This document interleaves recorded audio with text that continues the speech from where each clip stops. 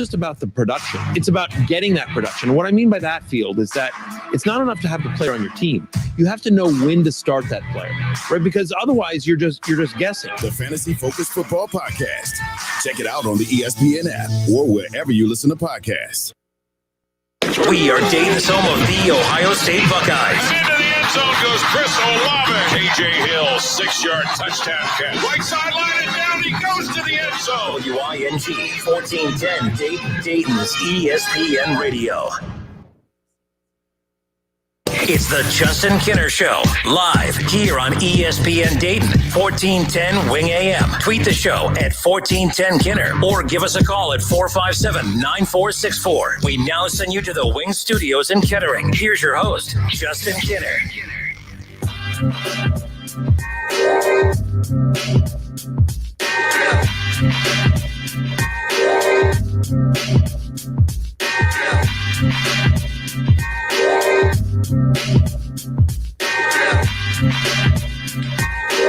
All right, everybody, welcome in. It is the Justin Kinner Show with Kev Nash, live here on Dayton's ESPN radio station, 1410 Wing AM. Kevin, how was your Wednesday? Solid. That doesn't sound so. That sounds solid. What you talking about? It's getaway day for Kev, and he mailed solid, it in. Man. Oh, I ain't mailing it in, man. I mean, it wasn't as hectic as your Wednesday, but, you know. It's what been a solid Wednesday? day. It's Wednesday? It's Wednesday already. It's just another Wednesday. How about that? All right, we welcome everybody in. Again, it is the Justin Kinner Show live here on 1410 ESPN Radio. Listen, stream, and now watch. We are live on Facebook and on ESPN Dayton's YouTube channel, and, of course, on Twitter at 1410 Kinner. Many ways you can tune in and hang out with us weekday afternoons from 3 to 6. Lots to get into today. Plenty of NFL to cover again as we head into Week 5. And a lot of interesting things developing with this with the Tennessee Titans. We thought that they were out of the woods a little bit when it came to the positive test that basically postponed the Steelers and the Titans this past weekend.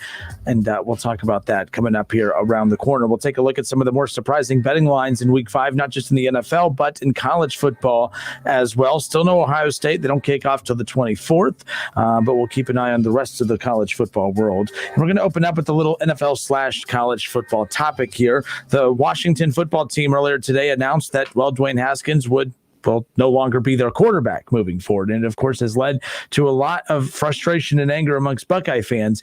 And my thing is I didn't realize Buckeye fans thought he was playing well. Like that's really what I'm confused about. I'm actually surprised that they waited this long. Actually, that's not completely true. Like 4 games, a good month. A month is a good sample size of a current season that you can really kind of tell whether it's working or not. And I was listening to Keyshawn this morning, KJ and Zubin's show earlier this morning, and it was interesting because not only did Dwayne Haskins get benched for Kyle Allen, he's not even the backup. Alex Smith is the backup, so you not only got benched, you got literally demoted all the way to third string. Reports coming out that he's going to be on the practice squad. Now, Keyshawn made a good point this morning. We don't know what's going on behind the scenes, but he said what that sounds like is behind-the-scenes issues with him, either, again, not following the rules in practice, maybe not comprehending the playbook, maybe not comprehending what the coaching staff is trying to be able to put on him. But Keyshawn said, when you see something like that happen, he goes, hey, listen, as a former player, that has behind the scenes issues written all over it. So it's going to be easy for fans to jump on that organization, which, by the way, they deserve. I'm not defending that organization. It is a mess. But we've seen we've seen good quarterbacks find ways to prevail with good organizations. I mean, Joe Burrow, he's playing for a horrible organization, and I think we're all talking about how well he's doing, right? I heard, Dwayne Haskins, he never had a chance. It's his 3rd head coach he's playing for already, which I think it's only his 2nd. There was the interim after they fired Gruden last year. So it's his 3rd head coach. Well, let's be clear. Baker Mayfield's played for 4 head coaches, and he's playing well in a bad organization. The Browns are a bad organization, and Baker has found a way to prevail and play above expectations as far as what's expected at those bad organizations. So I don't want to hear that Dwayne Haskins, that he's failing only because of that, because I think that if you are good enough, there are intangibles that you'll look at and say, okay, he's not playing well right now, but there's something to work with there. We're doing that with Burrow. The Browns did it with Baker. And if there was something there, I think the Washington football team could have done that with Dwayne Haskins. And let's be clear, his career's not over. Right. We might look back at this and say, remember that time he was benched and demoted to third string, and he might be a starter again some point down the road. Bottom line is, you had a new coaching regime come in, and I don't think Dwayne Haskins was ever part of Rivera's plan. And to me, it's like they were just waiting to pull the trigger on this, because let's be clear, he didn't play bad against the Ravens.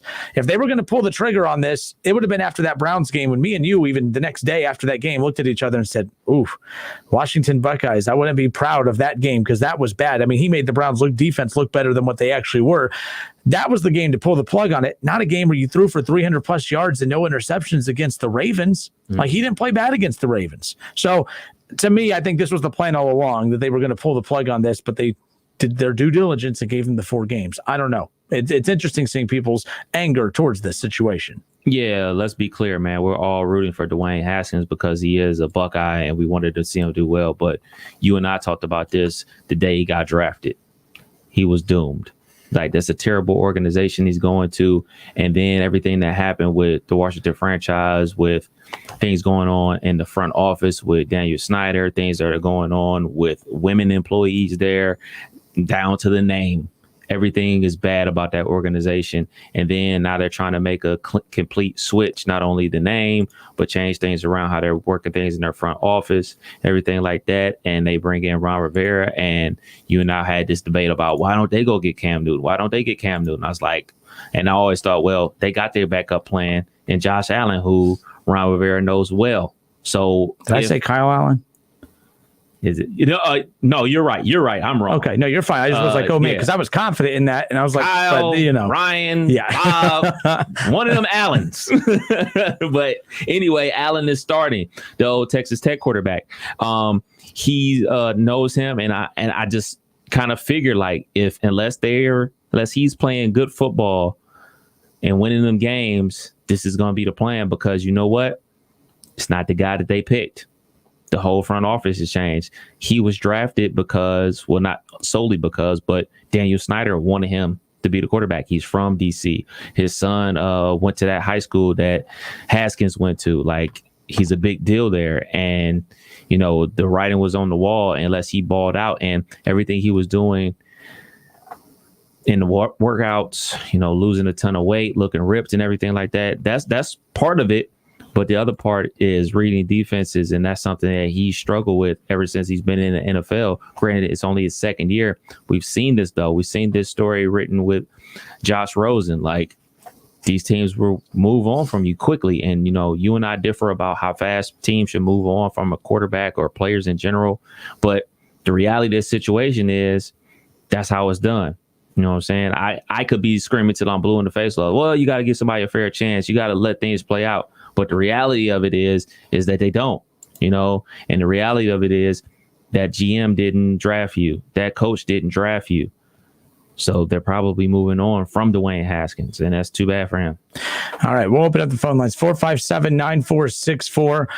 The lines are now open. If you call in, we'll get you live here on the show. Again, Justin Kinner, Kev Nash with you here on a Wednesday. And again, the big news from this morning, Dwayne Haskins again out as not the starter for the Washington football team, but no longer now not the starter, but he is not even the backup. He's the third string quarterback as far as that's concerned. And my thing is this, like, I've seen it all day. I've seen a lot of Buckeye fans come to his defense, and I'm not saying that he is just absolute garbage, but I also am willing to admit that he's just not that good. He doesn't look good. Browns fans, you watch. I mean, I don't know how many Washington football team games that you Buckeye fans actually sit down to watch, but I watched that entire Browns-Washington team game, and he was not good. He was not good. I'm not going to base it all off of one game, but again, I don't know what a fair amount of time is to give a guy, but I mean, he had last season and there was just no taking a step forward. And let's be clear, if he was doing this under, of course, let's be clear, if he was doing this under Gruden from last year, under a bad coach, Ron Rivera is a very well-respected coach. And I would have to think that, look, I know that there's a lot of instability around that franchise, but I believe that there is stability under the umbrella of Ron Rivera. And it's going to be interesting moving forward as far as that is concerned. I don't want to hear that, good quarterbacks can't prevail with bad organizations. Joe Burrow's doing it right now with the Bengals. Baker is, again, I'm not saying that he's made it, but Baker is doing a very good job, all things considered, in the same amount of games into the season that Dwayne Haskins is in, where they figured it out as far as that is concerned. And again, this just goes on to that long list of Buckeye quarterbacks who just have not been able to, be great in college and it just not translate into the pro game. But let's go to, you said the SEC commissioner. We got McKinney siding. McKinney, how are you, sir? Tremendous, my friend. What's going on in this beautiful afternoon? It is. I wore a hoodie today because it's been chilly the last couple of days, and I was sweating walking out to my car earlier. It's a beautiful day out. I agree with you. I should be out on the golf course right now, right? Exactly. I'm getting ready to go into Mark's to buy some groceries, and I was going to get a couple extra boxes of Kleenex. They've got them on sale, too, for $1 for all the Buckeye fans that are doing all this crying about Dwayne Haskins. He's a terrible quarterback. Period. Mm-hmm. No argument. I mean, he's not been a good pro quarterback. You watch on Sundays. I agree with you. He has not been good. If he had that it factor called talent, Ron Rivera can deal with personality all day long. And if you've got talent to back up the attitude or whatever, maybe you can't understand the playbook. Maybe you don't get the terminology. The arm talent and be able to understand defenses is what is important, because it is the coach to take the nobodies and make them into somebodies. And if you're a good coach, you can take the somebodies and make them into stars.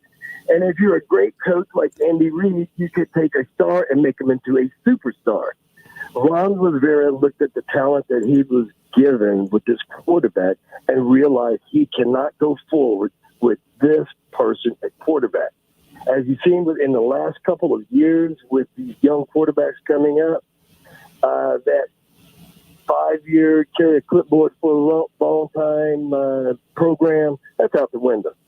It's 1 year, 3 year, you're not doing anything, GM's gone, coach is gone, quarterback is gone. And that's just the way it's been over the last couple of years. This franchise has been in such a turmoil. They do not have time to wait on Mr. Haskins. By the time he gets to his third team, he might get it. He might. I don't know. McKinney, as much as this pains me, the Washington football team really should have beat Cleveland a few weeks ago. And there were so many drives, especially that they had a 20-17 lead in like for 2 or 3 straight possessions. He threw it right. I mean, literally the secondary, the bad secondary for the Browns, they just stood there as he threw it right to them. And had they beat the Cleveland Browns that game, which they had a good shot to do, McKinney, they're in first place in that division. I think that's the other reason Ron Rivera is trying to make a change now, saying, we know what we are a month in with this quarterback. We can tinker around with things and maybe win 6-7 games and actually be contending for a division title as bad as all the teams are in that division. Like you call them the National Football League least. Yep. That's what they are. That is an obtainable division, because the turmoil, everybody says they can predict who's going to win, but everybody has that year where you're the greatest thing since sliced bread, and in 2 years you suck and you're drafting second or third. Like what's happening with the Eagles, what's going on with the turmoil in Dallas. Would you give Dak Prescott $100 million? There is no way, after what I saw with that quarterback. He does not deserve that money, not even $1 of it. Cut your losses and let him go. That's what you need to do. And with the in Washington, Jared Allen could be playing quarterback right now, and it wouldn't matter. That bad. They're that bad. That whole division is that bad. McKinney, before we let you go real quick, how are you liking your Roll Tide? I mean, we haven't seen the Buckeyes yet. How are you feeling about your Alabama Tide right now? I'm just curious because they're going to have quite a few top 25 wins under their belt before Ohio State even kicks off. I can't wait for when those first couple college football playoff polls come out. That's always a ton of fun debating those, and I think there's going to be a lot of debate between Alabama, Ohio State, and Clemson. It's going to be fun following those three teams the rest of the way. Well, I think when you look at the teams that are going to be coming up, that first four, as you can see, people are trying to get their footing. That first four is going to be fluid all year. There's going to be the same names are going to be up there. But in the top 10, there's going to be somebody that will just pop out of nowhere and knock somebody off, as we've seen every weekend so far growing up. Alabama looks really good. The quarterback looks good. The defense looks, they don't look great. Alabama does not have a great running back yet. I have not seen anything that I can look at this team and say what the identity of this squad is. They haven't shown me anything like that. I haven't seen the coach grab any shoulder pads to find out where the deficiencies are. Until they actually have a game where the quarterback is challenged into the third and with 7 minutes to go in the fourth quarter, then I'll be able to see what kind of team Alabama is. Right now, I just want the guys to say, follow the proper protocols, don't do anything stupid. Yeah, they're 19-year-old college girls. Don't do anything stupid. Don't waste all your NFL money on a stupid weekend doing a keg stand at your boy's house. How's your keg stand? Can you do a keg stand still? I can get up. I just can't hold it anymore. My arm starts shaking like Don Knotts at Starbucks, brother. I am just jittery. All right, my friend. Hey, it was great hearing from you. I hope you're doing well. Thanks for calling. I am, guy. I listen, man. Sometimes I don't get a chance to call, and I like listening because some of these people are outrageous. Kev Nash. Yes, sir. Like your style. Keep up the good work, man. You guys are doing a good job. Thanks. You guys have a great afternoon. Oh, before I go, roll, Tide, roll. All right, good stuff there. It's great always hearing from the SEC commissioner. I figured we'd be hearing more from him, especially now that college football is here. But here's the deal. And 457-9464, again, I was surprised. Like when the breaking news came out today, Kev, that Dwayne Haskins had been benched, I didn't react to it. I didn't care. I was like, yeah, that makes sense. And then I checked social media, and you would have acted as if the Bengals had benched Joe Burrow. Like, there's a big difference between Joe Burrow and Dwayne Haskins right now. And for one, Joe Burrow is 4 games into his career, and Dwayne Haskins is 4 games into his second season of his career. So, but the bottom line is that there has not been enough growth for Dwayne Haskins in the early going. I'm not saying it's time to throw him out yet, but again, there's a lot of things working against Dwayne Haskins as far as that's concerned. Let's be clear, the Washington football team, man, it's so tough. You know, it'll be like I come close to saying it. You're doing a good job, though. The Washington football team, they're a 1-win team, as is the Eagles, as is the Cowboys. Right. So, I think that they're looking at a situation where, hey, sometimes you have a quarterback change, it spark plugs a team a little bit. It kind of gives them a spark. It gives them a little bit of a lift. They win 1 or 2 of these games coming up, and all of a sudden they're sitting comfortably at the top of that division, as bad as it is. So I think that's why you're seeing coaches make a little bit more of those desperate moves right now, is because you're still playing for something. Right. It's not like Dwayne Haskins is playing bad and you're already 4 games back in the division.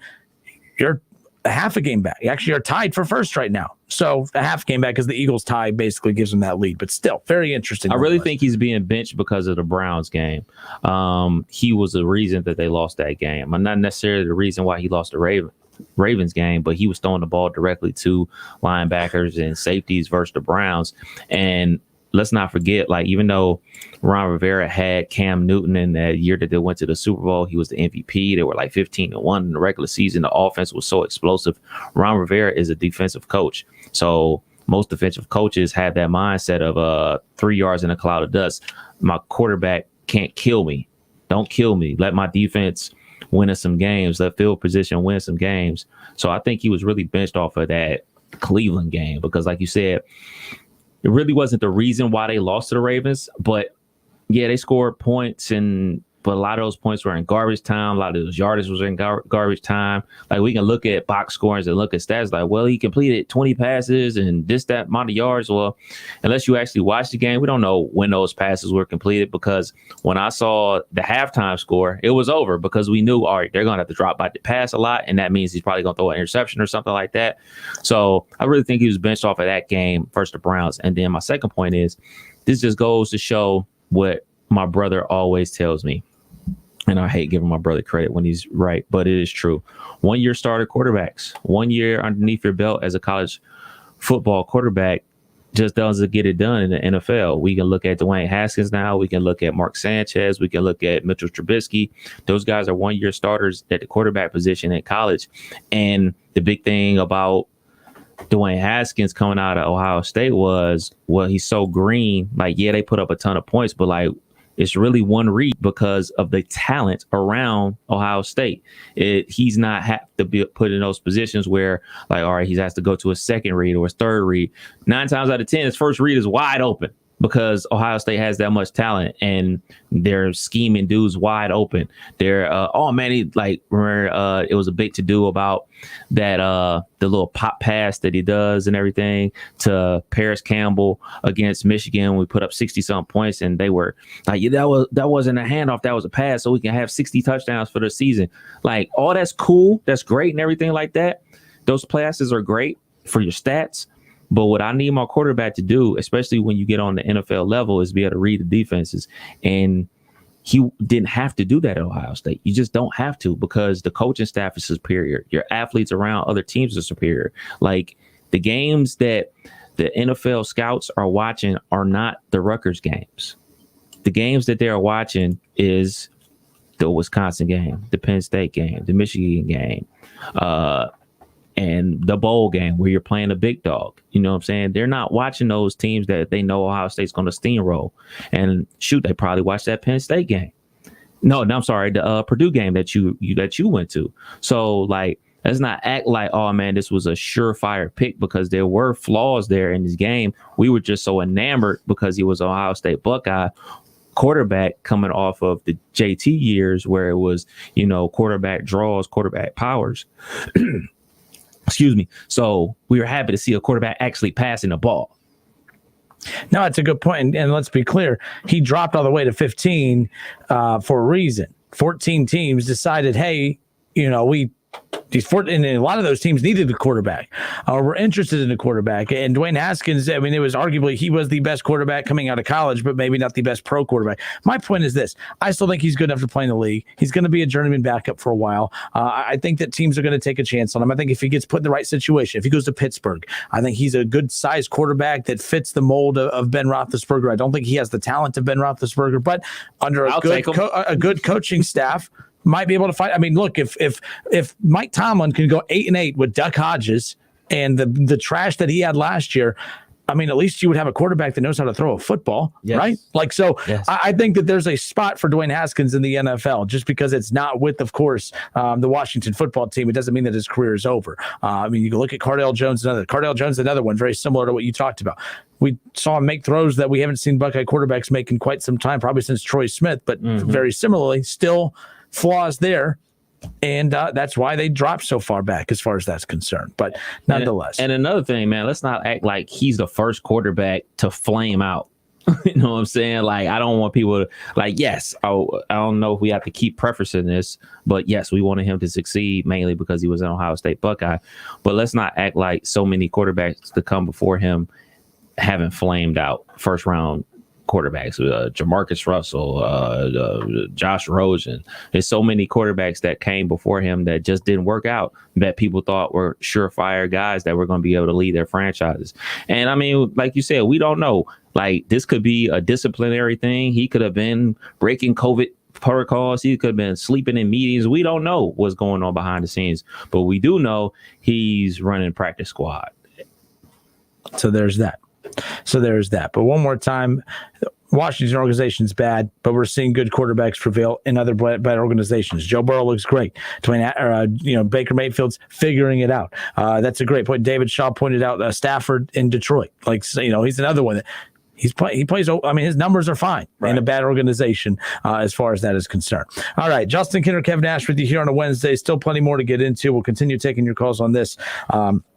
Moving forward, speaking of your Pittsburgh Steelers, Ben Roethlisberger not happy with the NFL. He's upset with how the COVID procedures were handled last week and the postponement of the Titans and the Steelers game. We'll get to that coming up around the corner. Plus, the Cincinnati Reds have already had a big shakeup in the front office. What could this mean for the Reds moving forward? We'll get into that coming up around the corner as well. 457-9464, or you can head to Facebook, search The Justin Kinner Show, and watch along there. We'll be back in a moment.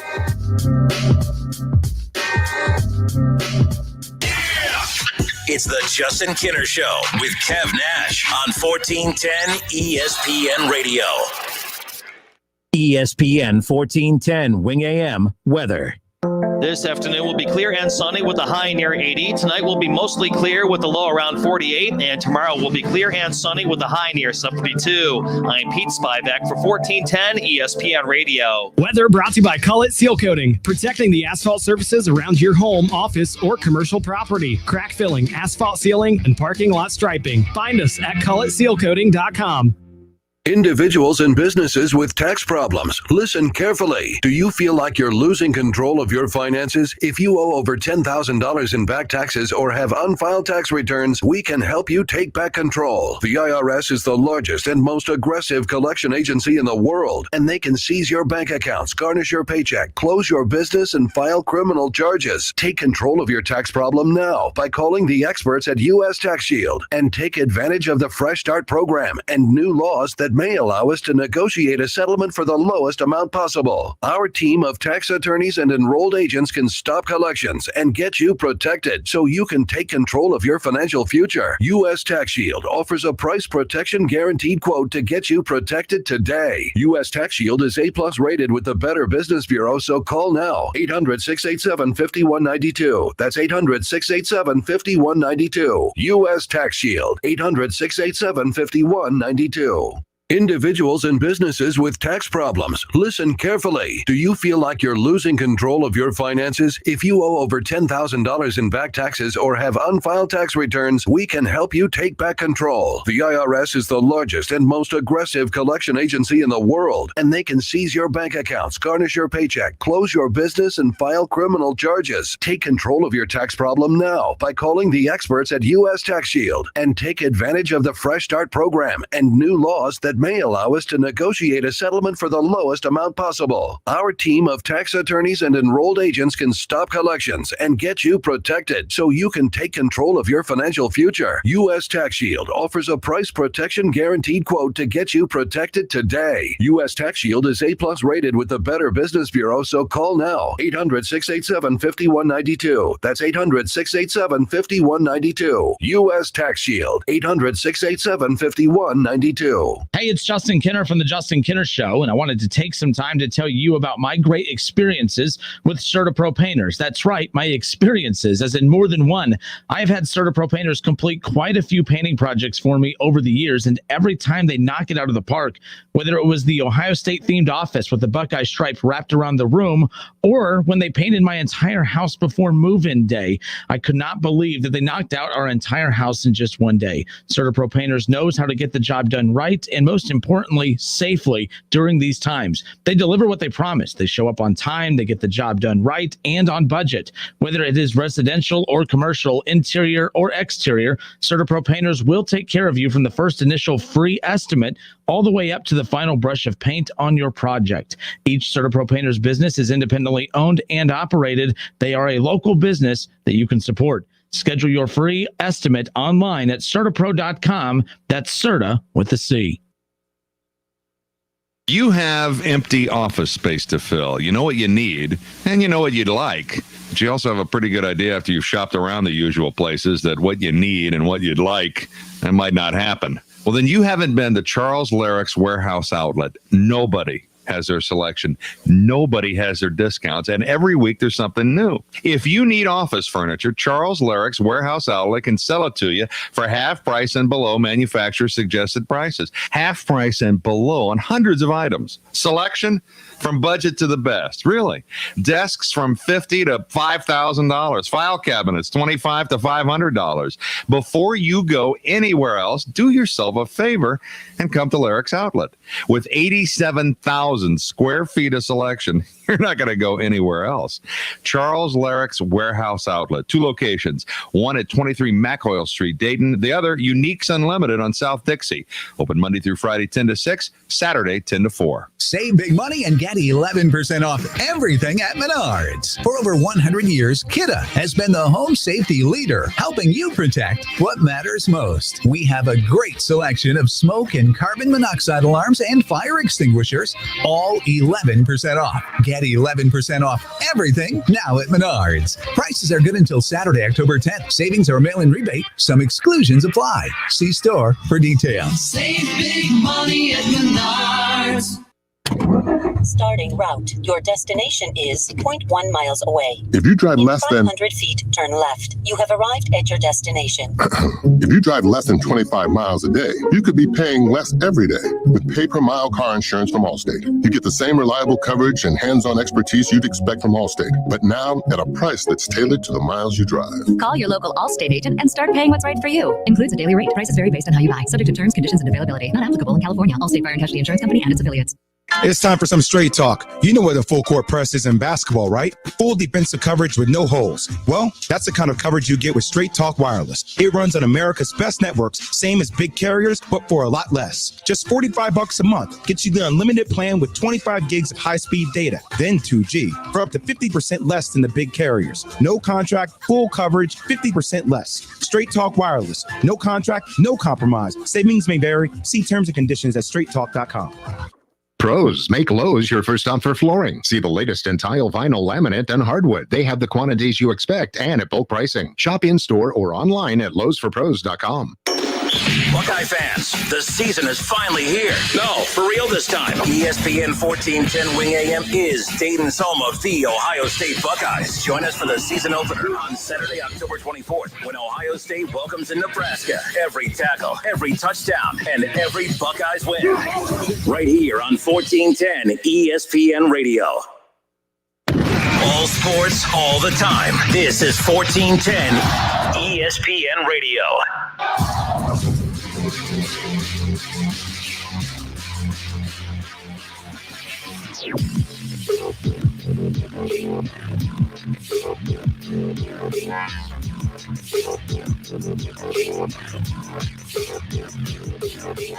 There we go. It's your Friday. Thanks. All right, we're back. Justin Kidd and Kevin Nash with you here live on Facebook and on ESPN Dayton's YouTube channel, and of course live on 1410 Wing AM. Listen, stream, and now watch. Head to Facebook and leave your, of course, follow along on the show. Interact that way. Of course, we'll take your calls at 457-9464. We have an announcement coming up around the corner about the return of our Sunday morning show, sponsored by Frickers. We'll talk about that. We're excited to get that back up on the ground and rolling with that here in a few weeks. So we'll talk about that coming up here around the corner. But a couple things coming out of the NFL that I thought was interesting, Kev. We'll get to your Steelers coming up here in just a moment. But, of course, big news this week, the Texans moving on from Bill O'Brien. Apparently what led to the exit from Bill O'Brien, too, amongst the 0-4 start and everything like that. Houston Texans, J.J. Watt had a heated exchange with Bill O'Brien, which ultimately led to the easy decision of saying, okay, he's done. Mm-hmm. But here's the other thing. There's many reasons. For one, it should not have taken a heated exchange between him and J.J. Watt, Bill O'Brien and J.J. Watt, to move on from Bill O'Brien, because I'm looking at this situation here saying, I think both need to go. J.J. Watt needs to go too. You're paying him a lot of money. He's a very good player. He's injury prone. You're going nowhere right now. You just made your quarterback the highest paid, second highest paid quarterback, not just in the league, but the history of the National Football League. You have the highest payroll in the National Football League right now. If I'm the Texans, I don't know if I'm looking at it as a complete rebuild, but you got to start in small play. Like, for instance, trading J.J. Watt. Imagine what you can get in exchange for J.J. Watt right now. You need draft picks. You got rid of a lot of your draft. You don't have a lot of draft picks. In fact, your first rounder, which, by the way, at 0-4, you're projected to have a top 10 draft pick right now. That's going to go to the Dolphins. Yes. The Dolphins, also a bad team. They're projected to have 2 of the top 6 draft picks right now. they're in good shape. That's a team that is rebuilding, that is very, like when the Browns were 0-16, they had 2 of the top 6 picks, 2 of the top 4, and they seem to have turned it around right now, whatever turning it around means. But my point is if I'm the Texans, I look to trade J.J. Watt. I look to make it happen. If you're the Cleveland Browns, I also look to try to make that happen too. I call and see what you can get. I see what you can do. To a certain extent, the guy's injury prone. That does worry me. But if you're the Texans, you don't just, shouldn't have taken a heated exchange with J.J. Watt to move on from Bill O'Brien. You do that because the team's not responded. They stopped responding last year. Should never even got to this far. I think it was a mistake too to make Deshaun Watson the second highest paid quarterback in the history of the National Football League. I have no problem with Patrick Mahomes, who has an MVP, has a Super Bowl MVP, has a Super Bowl. He's done it already. That's why I never once blinked at the fact that the Chiefs were making him the highest paid quarterback in the history of the league. With all due respect to Deshaun Watson, you've won games, you look good, but to me, you don't come close to looking like a guy that should be the second highest paid quarterback. And I don't know who should be the second highest paid quarterback, but I not him. I think that the Texans are, if you put Patrick Mahomes on that Houston team right now, I couldn't guess their win total, but they wouldn't be 0-4 right now. And that's the thing. I think he's very good. I think he's Deshaun Watson, Dak Prescott, you're taking Deshaun Watson. All right. Deshaun Watson's really good. I was very surprised that they jumped the gun on making him that highest paid quarterback. You could have made him one of the highest paid in the league.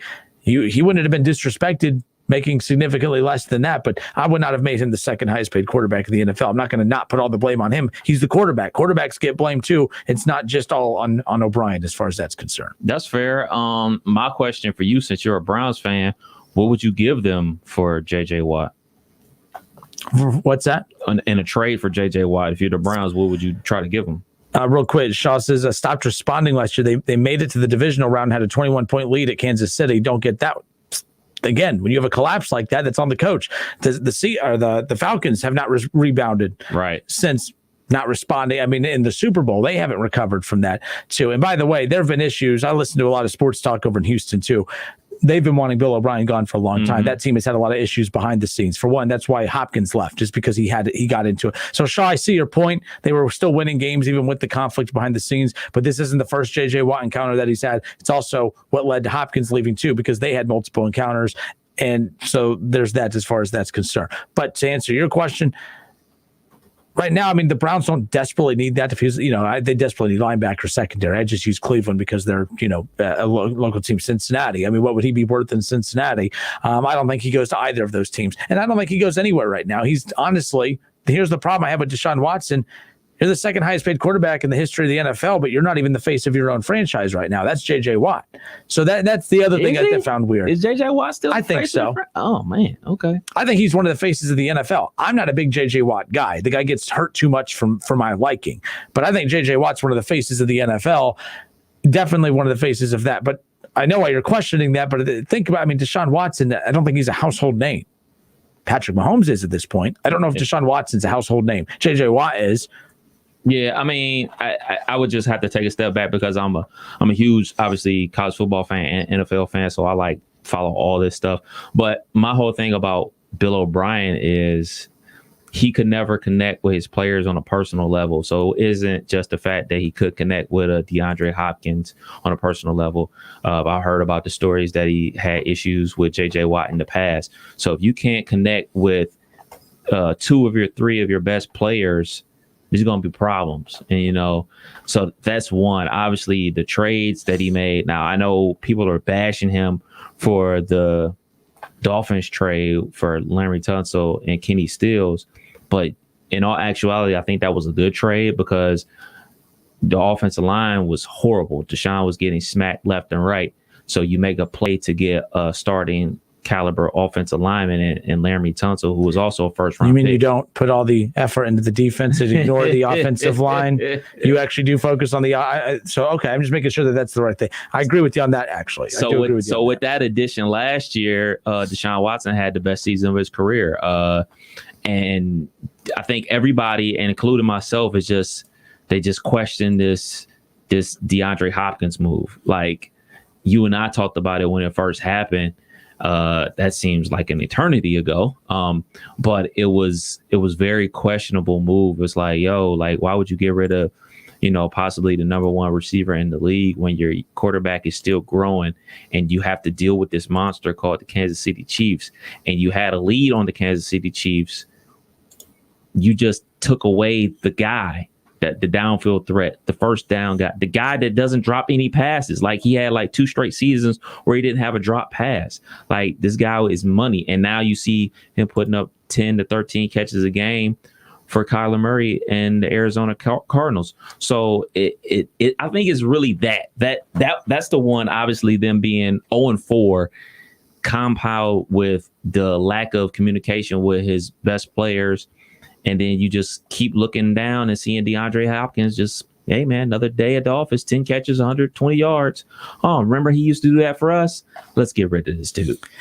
I think it's that simple, really. And the other thing too is, I think what he has done is, and again, Ron Howard says, Texans have no running game. They should have a running game. I mean, they have a good running back, but their running game is garbage. But they are protecting Watson. But keep in mind this too: what they have done. Everyone keeps. I mean, yesterday we had Jason Fitz on, and we were talking about the next landing spot for, of course, the Chiefs' offensive coordinator, Bieniemy. Sorry, so for Bieniemy, we keep acting like, oh, Bieniemy, he's just guaranteed to be the head coach for the Texans. But if I'm Bieniemy, yes, you have Watson, but that roster's not as sexy anymore.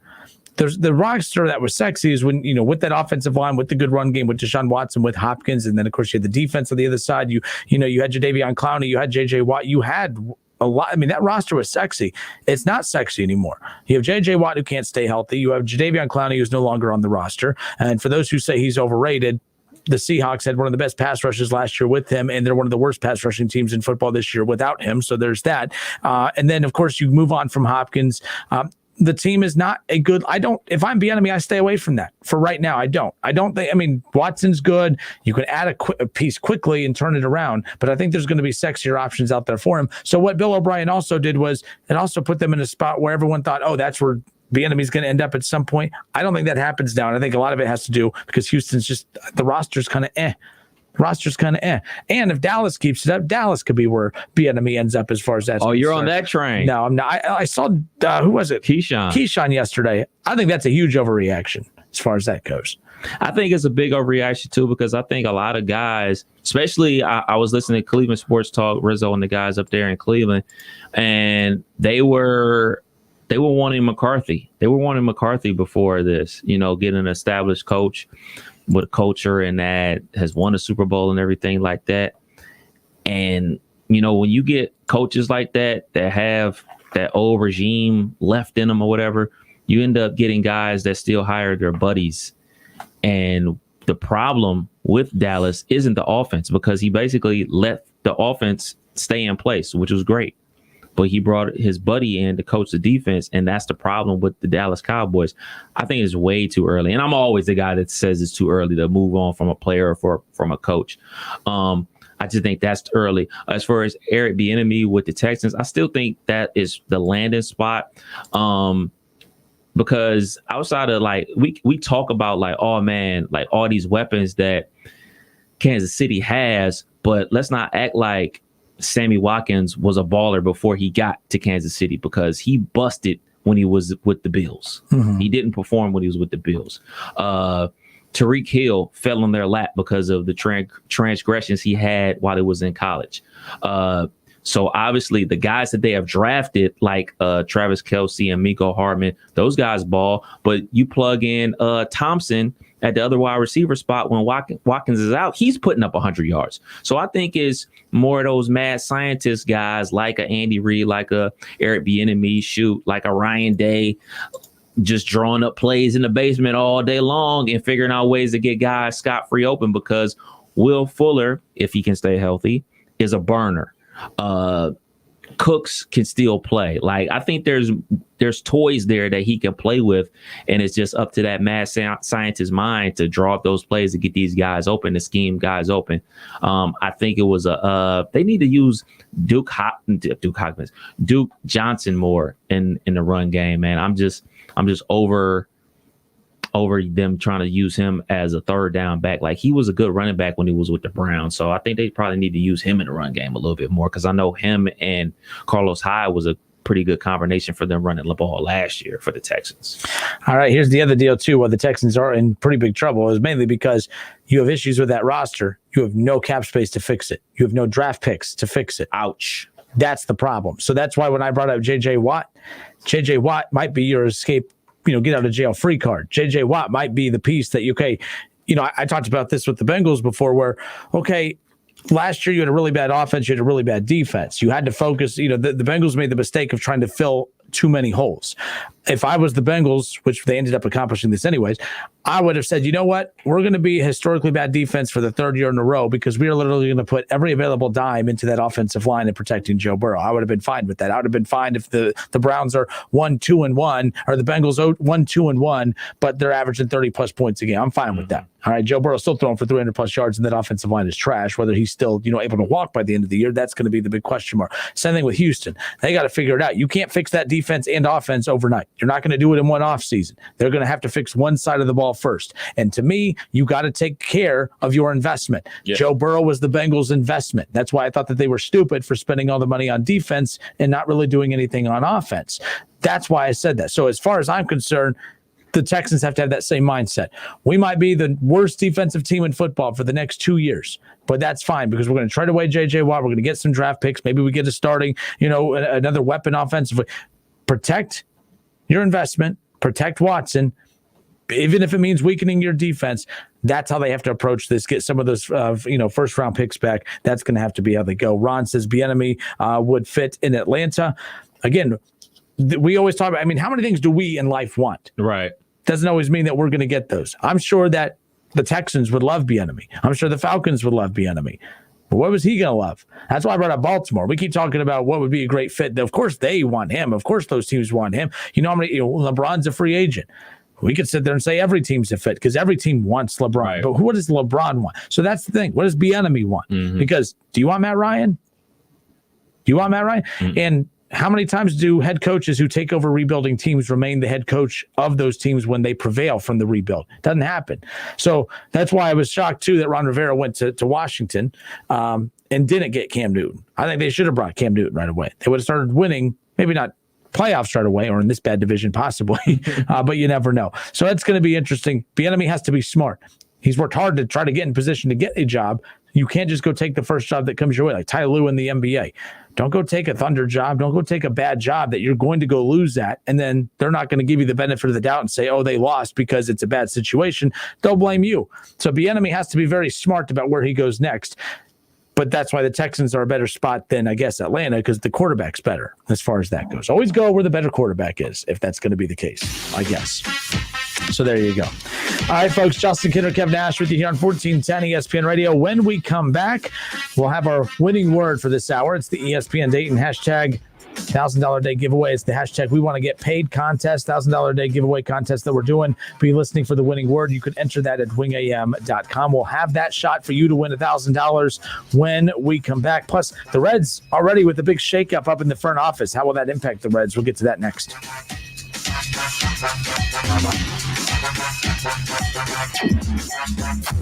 It's the Justin Kinner Show with Kev Nash on 1410 ESPN Radio. We saved serious cash with our Progressive Home and Auto Bundle and used the money to buy a new boat. Who's ready to water ski? This is not a real testimonial. Sure, customers can save big money with Progressive, but not enough for a new boat. They'll probably spend it on rent or gas money or maybe one of those little plastic wading pools for the yard. Ahoy there! Is what the captain might say on the toy boat in your wading pool. Progressive Casualty Insurance Company and Affiliates. Does learning a language feel like this? No habla español? Hablo. It's hablo? Yes. It's hablo. When you learn a language, you want to actually use it. Babbel is designed with that goal in mind. Since my husband is from Guatemala, I'll apply what I've learned in Babbel to our real life situations. The app is so practical. It helps you learn things that you will actually need. Hoy es miércoles y el clima está muy bueno afuera. Now try Babbel for free. Just go to Babbel.com to start learning a new language today. That's BABBEL.com. Liberty Mutual Insurance Company presents. And Doug. Where's the money, Karen? I'm sorry, the money? The money you saved by having Liberty Mutual customize your home insurance, so you only pay for what you need. Oh, that money. I used it to add to my collection of clown paintings. Take a look. Amazing. Wow.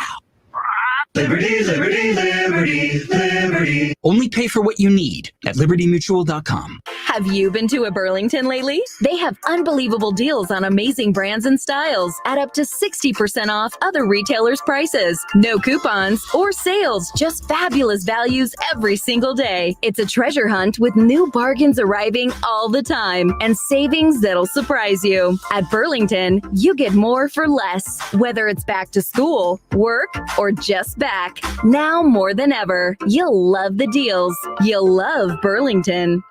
Making it easier for you to get the frickin' chicken. Remember Frickers.com. That puts you in touch with everything you crave. Frickin' chicken wings, burgers, ribs, salads, wraps, everything you crave. Should you crave an ice-cold domestic draft beer? Join us and dine in. We have a 48-ounce personal pitcher for only $6. Dine in, carry out, delivery, and now order online at Frickers.com. The home for fun, food, sports, and spirits is the home to order online at Frickers.com. Need a U.S. passport? We can help. Hi, this is Mike Foley, your Montgomery County Clerk of Courts. Visit one of our convenient auto title locations in Huber Heights, Clayton, downtown, Moraine, and Centerville. Make us your first destination before you travel abroad. No appointments ever needed. We do passports.com for more info. Ohio, wake up to what our state lawmakers are doing. The majority focuses on the former speaker's alleged bribery, virtually ignoring how COVID-19 impacts our jobs, health, schools, and business, even cutting funds for schools and healthcare while keeping tax breaks for millionaires. We can do better. I'm a problem solver who will fight for working families. My name is Erin Rosiello, candidate for Ohio State House District 62, and I approve this message. Paid for by Erin Rosiello, at your service. Hi, Joey Beckett here at Buckeye Ford in Sydney, home of the Works Package and the Double Take Tire Specials. Call today for your appointment, 937-419-8473 or 1-800-700-0050. Buckeye Ford in Sydney, exit 92 off of I-75. We'll see you soon. We saved big money with our Progressive Home and Auto Bundle and used the cash to take a family vacation. To Hawaii. Who's up for a luau? Yeah! This is not a real testimonial. Sure, customers can save big money with Progressive, but not enough to go to Hawaii. They'll probably use it for things like the mortgage and groceries, or even a travel magazine, so at least they can see pictures of Hawaii. Aloha! Yes, say hello to those beautiful Hawaiian beaches in that magazine. Progressive Casualty Insurance Company and Affiliates. It's time for some straight talk. You know what covering your bases is in baseball, right? Making sure you have no holes in your defense. Well, that's the kind of coverage you get with Straight Talk Wireless. And you'll pay up to 50% less than big carriers and still use their same networks. Just $45 a month gets you the unlimited plan with 25 gigs of high-speed data and 2G. No contract, no mystery fees. Fully covering your bases for 50% less. Straight Talk Wireless, only at Walmart. Savings may vary. See terms and conditions at straighttalk.com. They can bulge, go bald, wear down, flatten, or be in dire need of replacing. No, guys, it's not you. We're talking about your tires. Let Fat Boys get your car rolling again, safe and sound. Fat Boys carries tires in all makes, styles, and sizes, including Continental, Goodyear, Michelin, and more. Check out Fat Boys' new location in North Dayton at the corner of Needmore and I-75 or 3050 Springboro Pike in South Dayton. Fat Boys, your ultimate resource for wheels, tires, service, and accessories. Look for Fat Boys at fatboysdayton.com. Cordell Transportation is hiring Class A CDL drivers 23 and over, less than 6 points on their license, for no-touch freight home daily lanes, outstanding new equipment. Earn up to $270 per day, $2,000 sign-on bonus, medical, dental, vision, and paid life insurance. Apply at CordellTransportation.com. Driven to succeed. Oktoberfest and football are at Milano's. Bavarian pretzels, German beers, schnitzel, and more. Come in and watch the game or get it to go. All carry-out beers are 25% off every day at Milano's Pizza, Subs, and Taps. Pros, make Lowe's your first stop for flooring. See the latest in tile, vinyl, laminate, and hardwood. They have the quantities you expect and at bulk pricing. Shop in-store or online at lowesforpros.com. Well, Jason, I've got to tell you, you're pretty much everything this company is looking for in an entry-level candidate. Great. Your resume isn't quite what we're used to, but you've got a fantastic work ethic. Thank you. And I'm impressed by how you carry yourself. So, should we talk about the job? What? The job? Oh, sorry. Yeah, I have no way of recruiting or even meeting you. This interview didn't happen. It may sound ridiculous, and that's because it kind of is. There's a huge pool of talent your company is missing out on. Meet the grads of life. Who are they? Talent worth knowing about. Young adults of unique determination and experience. An ideal fit for your company in an entry-level position, internship, or even mentorship. They might not have every qualification you typically look for, but they're exactly who your company needs. Man, we really could have used him. Don't miss out on a resource many innovative companies have already discovered. Go to gradsoflife.org to learn how to find, cultivate, and train this great pool of untapped talent. Brought to you by the Ad Council and gradsoflife.org. NFL fans, the season is finally here. Get your picks submitted at wingam.com. Click on contest and enter the Pro Football Challenge. Weekly winners will win $20 in Frickers Fun Bucks. Get to wingam.com and get your NFL picks submitted now. Touchdown! Incredible! Good luck. College football playoffs, Browns, Bengals, Buckeyes, and more. Catch the Keith Byers Show Mondays at noon on 1410 ESPN Radio. Hey everybody, it's Stephen A. Smith, and everyone knows my feelings on Cowboys fans. But really, Justin Kinner, you're a Cowboys fan and a Browns fan? Good Lord have mercy. I don't know what the hell to do with y'all. I really don't. Back to the Justin Kinner Show with Kev Nash on 1410 ESPN Radio. All right, Justin Kinner, Kev Nash back with you here on 1410 ESPN Radio. I hope all of you have had a great day. We have another shot for you to win $1,000. That's right. It's our ESPN Dayton hashtag We Want to Get Paid Cash contest. So head to wingam.com, and while you are there, enter the winning word for the 3 o'clock hour, avocado. These are random words. Did you type out this word list? No. Really? You didn't? This isn't me, man. You didn't type this one? Okay. Avocado. Positive, I did. Positive as a Rona test. How about that? Avocado is your winning word for the 3 p.m. hour, just because I'm going to question everyone's intelligence. I'm going to spell it out for everybody. AVOCADO. Avocado. Enter it at wingam.com. You an avocado guy? Oh, big guacamole guy, man. Yeah, I put on everything. Avocado, I put on everything. Really? Yeah, one of my favorite Christmas presents ever, and Nora still laughs at me to this day. My fiance, by the way, I get to say that. My fiance, Nora. Like, of all the Christmas gifts I can get, like, she got me this stupid like avocado thing. Is like my favorite gift. So you cut the avocado, then you take out the pit with it. Like, it does everything. It's like one of those little kitchen made things. And I laughed because I'm like, I use that more than any other gift that I ever get. So I put on sandwiches. Oh yeah, I put avocado on everything. Avocados from Mexico. I'm not an avocado guy. Well, I'm a plain. Are you a guacamole guy? No, I'm not. You haven't had Kinner's guacamole. You keep talking about it. And the salsa. I make homemade salsa. That's too. what you were talking about. But then you take the homemade salsa and put it in the guac, and then that's where you go. I'm a plain Jane type of dude, man. I don't like a lot of sauce and things on my food. Like, I just don't. Like, I eat ketchup. I eat French fries without ketchup. How are we friends? I am plain Jane, man. How do you eat fries without ketchup? Yeah. Like, do you chili cheese fries? No. Wow. You are right. Like, very plain. Nachos. I just get nachos with cheese. Like, I don't like a whole bunch of stuff on there. Nah, I'm plain. I know. I'm lame. No, but it's actually cheaper. Pizza. Are you a pepperoni guy, cheese guy? Yeah. Pepperoni and sausage. So when you go crazy, you put a banana pepper on there? I've had banana pepper on there. It's not horrible. I've actually gotten better with that. Like, I used to didn't like onions, but now I can do onions. I can't do onions on pizza. I think it tastes horrible. I love onions. I can do green cooked peppers, onions are gross. Stuff like that. I can even do fresh mushrooms on some stuff. So I've gotten better, but it's just something about sauce. Like my nephew, he's 5 years old. He loves ranch on everything. Puts ranch on his pizza, ranch on his French fries, and as he eats like a 5-year-old eats, I just sit there with this look on my face of disgust. And he always asks, "You want some, Uncle Kevin?" No, that's all you, buddy. It's all you. You ain't the favorite, are you? Yes, I am his favorite uncle because I buy him everything. Are you the only uncle? No. Okay, fair enough. Hey, fair I'm buying whatever he wants, man. Fair enough. Except for that nasty food he eat. Jason Payne says, I feel you on the ketchup, Nash. Worst condiment ever. I don't like ketchup. Now, this is weird. On burgers, I don't like ketchup on the burger, but I will dip it in ketchup. That's the stupidest thing anyone's ever heard. I know. It's a me thing. Just let it go. You got to put jalapenos on cheeseburgers too. That's where it's at. Really? Oh, yeah.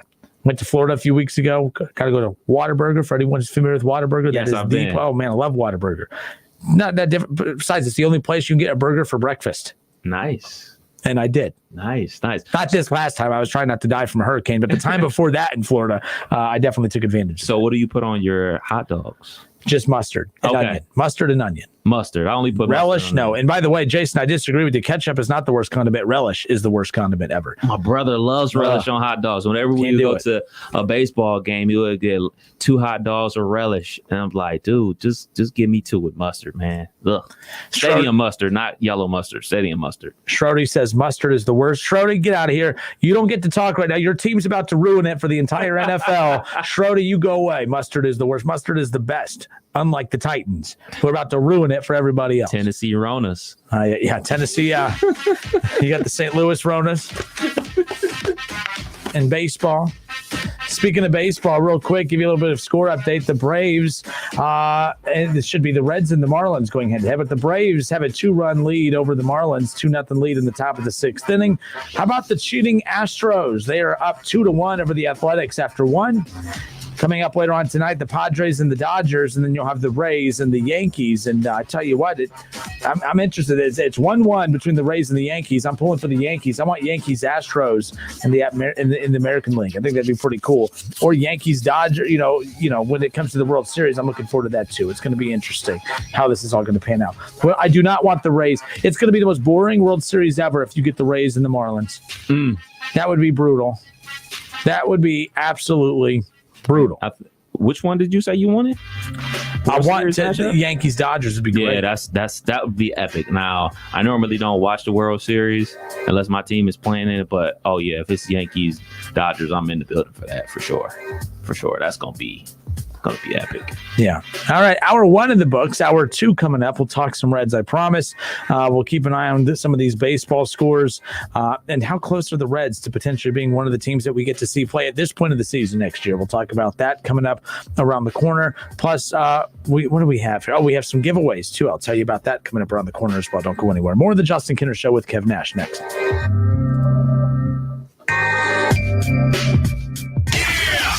It's the Justin Kinner Show with Kev Nash on 1410 ESPN Radio.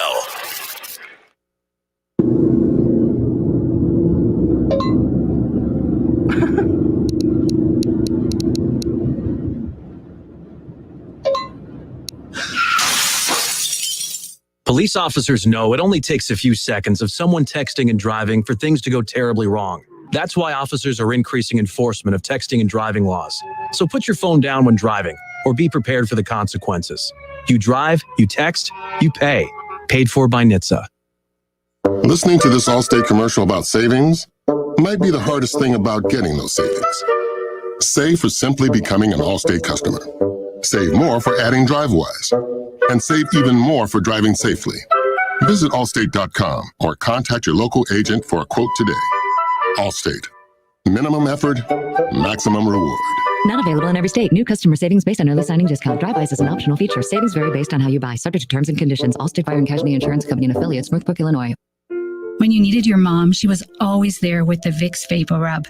She used that soothing scent to calm you. And her mom used it to calm her. And her mom, well, you get the idea. Vicks Vapor Rub's always been there. It always made you feel better. And today, it still does. Bring back those childhood memories with the comfort and care only Vicks Vapor Rub can bring.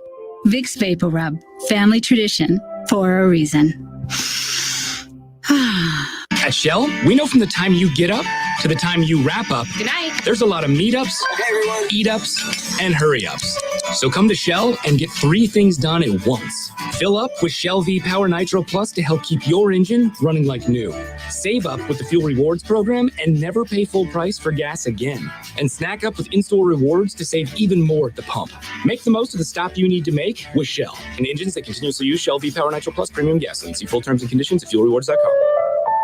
Individuals and businesses with tax problems, listen carefully. Do you feel like you're losing control of your finances? If you owe over $10,000 in back taxes or have unfiled tax returns, we can help you take back control. The IRS is the largest and most aggressive collection agency in the world, and they can seize your bank accounts, garnish your paycheck, close your business, and file criminal charges. Take control of your tax problem now by calling the experts at U.S. Tax Shield and take advantage of the Fresh Start program and new laws that may allow us to negotiate a settlement for the lowest amount possible. Our team of tax attorneys and enrolled agents can stop collections and get you protected so you can take control of your financial future. U.S. Tax Shield offers a price protection guaranteed quote to get you protected today. U.S. Tax Shield is A+ rated with the Better Business Bureau, so call now. 800-687-5192. That's 800-687-5192. U.S. Tax Shield. 800-687-5192. Staples helps your business go big with everything you need at amazing prices. From office essentials like paper and ink to health essentials like masks and sanitizer. Save big at Staples. Whether it's betting on the big game, catching up on bills, or saving up for the holidays, we could all use a little extra cash this time of year. Hey, how does $1,000 sound? It's the ESPN Dayton hashtag We Want to Get Paid Cash Contest. Listen for the word that wins every hour, starting at 6 a.m. Monday through Friday. Enter the word at wingam.com for your chance to win $1,000. It's the ESPN Dayton We Want to Get Paid Cash Contest. On Twitter, make sure to give us a follow. Search 1410 Kinner for Justin Kinner on Twitter. That's 1410 KINNER and ESPN Dayton for the station Twitter handle. It's the ESPN Dayton hashtag We Want to Get Paid Cash Contest. Be listening every hour for the word that wins and enter it at wingam.com. WING 1410 Dayton, Dayton's ESPN Radio. It's the Justin Kinner Show, live here on ESPN Dayton, 1410 Wing AM. Tweet the show at 1410 Kinner or give us a call at 457-9464. We now send you to the Wing Studios in Kettering. Here's your host, Justin Kinner.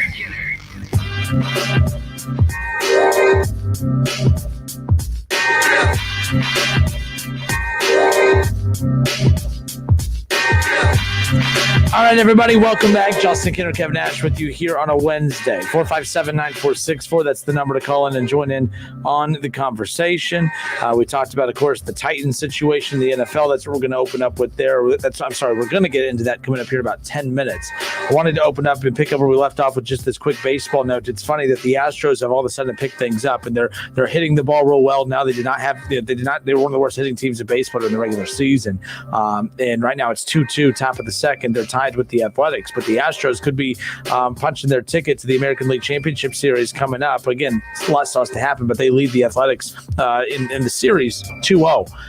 And I think that the Astros are what baseball needs, because what the Astros are in baseball is what the Yankees used to be. And now the Yankees are still hated, but I don't think, like, when you say the Yankees now, Kevin, I don't think it has the same weight that it did in the early 2000s. They haven't won a World Series in over a decade. Right.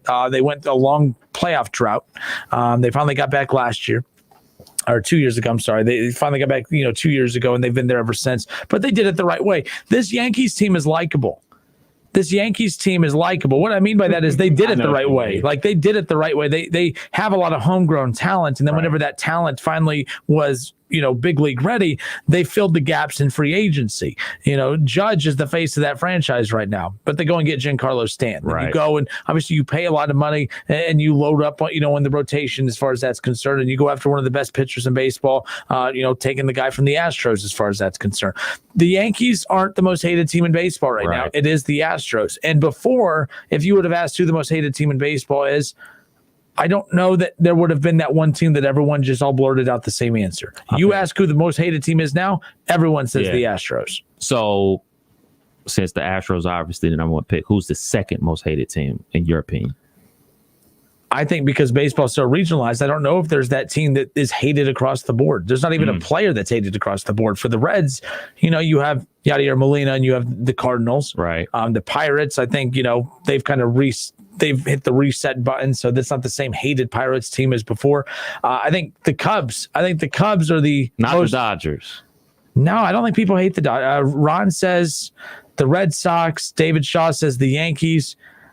I don't think they're wrong. Either are wrong, but at the same time, I don't think that, back then you say the Yankees, everyone, F the Yankees. I hate the Yankees. Right. Forget. Now it's just the Yankees. There's the Yankees. They're Unless you're a Boston Red Sox fan or a Cleveland Indians fan, you probably feel that way. I think it's the Yankees always. And I mean, let's be clear. None of the guys on the team outside of the manager were there when they were dominating and everything like that and winning World Series. So just for me personally, it's always going to be the Yankees. But I would imagine more people say the Dodgers are because they spin like the Yankees used to spin. But I guess we laugh at them because they don't have the championships that the Yankees have. Yeah, you know who has 4 World Series in the last 20 years? The Red Sox. Like, we went from that franchise being a franchise that they had a curse and they couldn't get, they couldn't win anything. And then once you snap that curse, it was like 4 World Series. I forgot that it was 4. Yeah, and that was supposed to happen with the Cubs too, But Epstein being there and everything like that, he was supposed to bring all that magic, got him the World Series, helped get them the World Series over my Cleveland Indians, unfortunately. But there's talks that he might be leaving.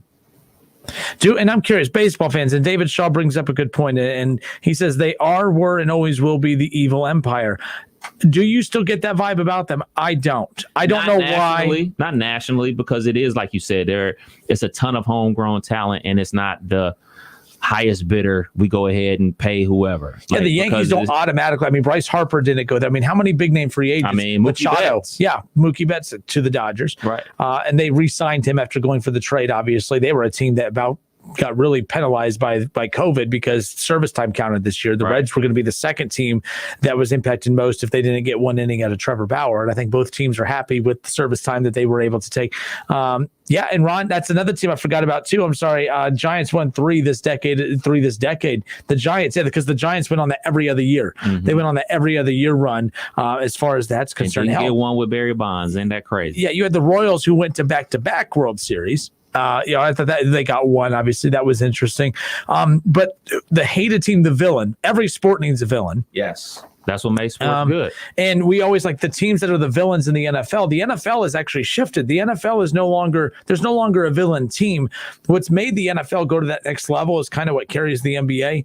Like the Lakers used to be the villain. Mm-hmm. Now it's Kevin Durant. Now it's LeBron James. Now the players are the face. Yeah. The NFL's shifting towards that. The NFL used to be a team-driven league. Yeah. And right now you're starting to see them kind of be the reason they are dominating. That's why they're the most popular sport out there, is because they're becoming star-driven. The Patrick Mahomeses of the world, the Lamar Jacksons of the world. Easy on this, people. I'm telling you right now, probably the most polarizing name in football is Baker Mayfield. He is a guy that you hate or you like. There's no in between. There's not a lot of guys that are like that in the NFL. Big Ben, Tom Brady. And by the way, Baker is garbage compared to those other guys. Okay, that's coming from me. And you need that. You need that from Baker because, I mean, Ben and Tom Brady aren't going to play forever. Even though it looks like Tom Brady's trying to play forever, he's not going to be in the league forever. For the NFL, I think it's the Cowboys, like the enemy that everybody hates unless you're a Cowboys fan. I don't think there's anybody that just said, oh, yeah, they're the Cowboys. I think you're either a Cowboys fan or you hate them. But you're a Cowboys fan, so you wouldn't know. And a Browns fan. Justin Kenner. And a Browns fan. No, and by the way, the Cowboys are great for the NFL. Absolutely. Winning or losing. Because every week you enjoy watching them lose. That sparks a reaction. When they win, it sparks, oh, damn Cowboys. Damn Cowboys. I hate the fans suck. Everyone hates the fans. Where's Jerry at? When the Browns win, it pisses non-Browns fans off because Baker's so cocky. OBJ is a very polarizing figure in the NFL too. He's one of those that you instantly get a reaction from people. So the Astros, to sum up, the Astros are great for baseball. That's why I was talking about this back when we were coming into the season. That the Astros are exactly what baseball needed. They needed that villain. They needed that team. They needed a group of guys. They needed a guy. Major League Baseball needed a brand that would spark a reaction, because I don't believe that there is a lovable brand in baseball anymore. That used to be the Cubs until they finally went and won their World Series. I don't think the Cubs are that cute little storyline anymore. Right. So, and their fans are obnoxious too. I can't stand Cubs fans. They are annoying as all can be. So with that being said, baseball, there really wasn't a reactionary athlete or franchise that automatically drew the ire of fans across the board, whether you were a baseball fan or not. If I bring up the Astros to non-baseball fans, they hate the Astros. Mm-hmm. That's good. When you bring up names that people who are not fans of your product recognize, that's a win. And baseball had lost that for a while. I've talked about the star power in baseball dwindling down. The steroid era was great for baseball, not just from the product on the field, but it all of a sudden made Barry Bonds, who, by the way, was already a household name, but it made him even bigger. Yeah. No pun intended. Okay. It made Sammy Sosa, Mark McGwire, all these guys that were associated with steroids, they became household names because you either loved them or you hated them. There was no in between. And that was good for baseball. This last 10 years, you talked about the Giants winning 3 World Series.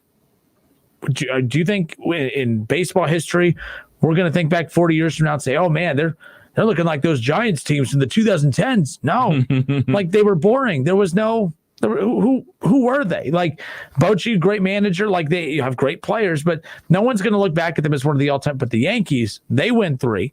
The Astros been, to 2 World Series. We're always going to remember this Astros team. Yeah. We're always going to remember this Astros team.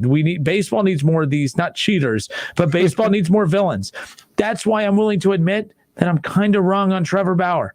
As much as I can't stand him, baseball needs more Trevor Bauers, because there's a lot of guys who pitch like Trevor Bauer. There's a lot of guys who are the equivalent offensively to Trevor Bauer, who are just dominant with the bat in their hand, but they're not marketable. You can't relate to them. You don't remember who they are. It's kind of hard to forget who Trevor Bauer is because he's obnoxious. He does the strut off the mound and all that. Like baseball needs more of that. Baseball needs more of the villains. When you have villains, it creates good guys. Do you think good guys create villains or villains create good guys? Villains create good guys because you know what happens? Villains create situations where the non-fans of those sports automatically pick a side. Absolutely. When you have 2 likable teams, you're not interested. It's like, well, whoever wins, that's a great storyline. I'll check the box score later. But man, the Astros, they better not win. Oh man, they better not win. And you know what? I'm not even an athletics fan, but I'm going to tune into that game, and I'm going to be the biggest athletics fan that series because, man, screw the Astros. The Astros are great for baseball. Baseball doesn't have that villain anymore. And David, you're not wrong, by the way. The Yankees, yes, to the old school fans, Yankees will always be the Yankees. But as far as the new, I think the Astros are the most hated team in baseball right now. I don't even think that's a hot take. I think it is what it is as far as that. I think it's something very simple about why the Astros are hated. Nobody likes a cheater. Everybody blurs the lines of cheating in sports. With if you're stealing signals with your eyes, it's okay. But if you're stealing signals with videotape, it's not okay. You went out of your way. It's like you're going out there like, hold on, man, that's a bit much. If you're, it's just too much, and people just don't like that. Period. Like the New York Yankees, they're spending money out the wazoo. People just don't like it because their team can't spend the way the Yankees spend, but they deem it as okay. Like, well, I just don't like them because of that. The way Houston is cheating, that's out of line. That's not fair. Nobody can do that. Nobody's going to dip that low. You know what I mean? But that's why. You know why you shouldn't be as mad as the Astros for cheating like that?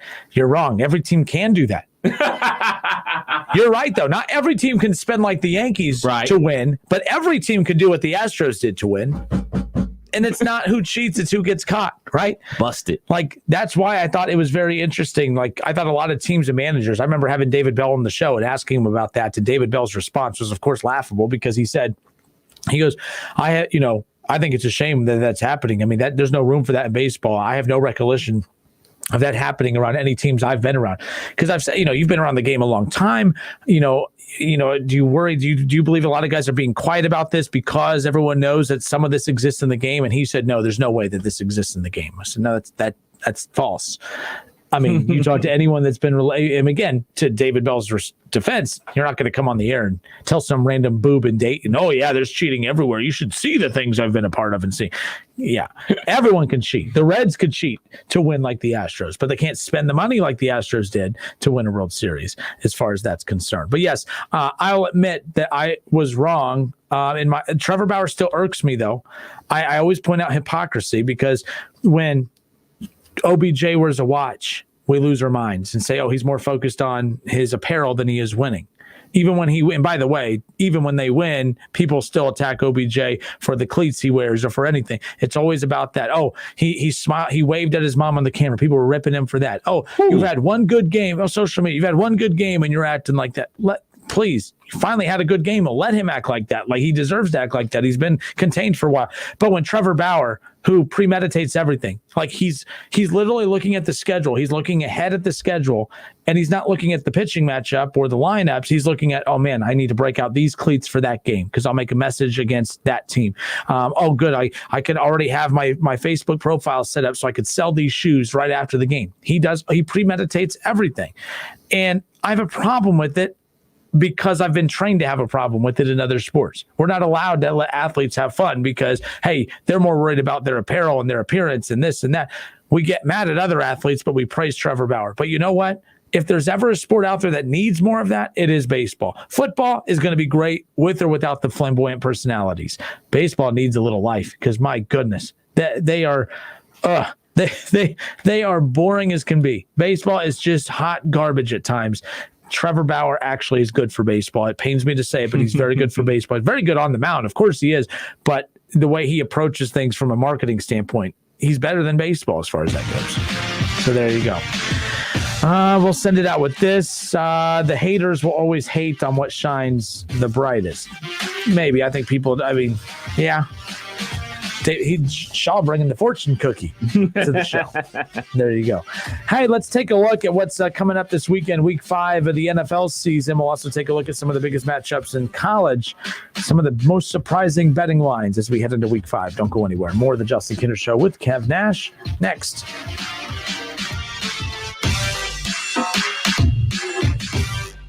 It's the Justin Kinner Show with Kev Nash on 1410 ESPN Radio.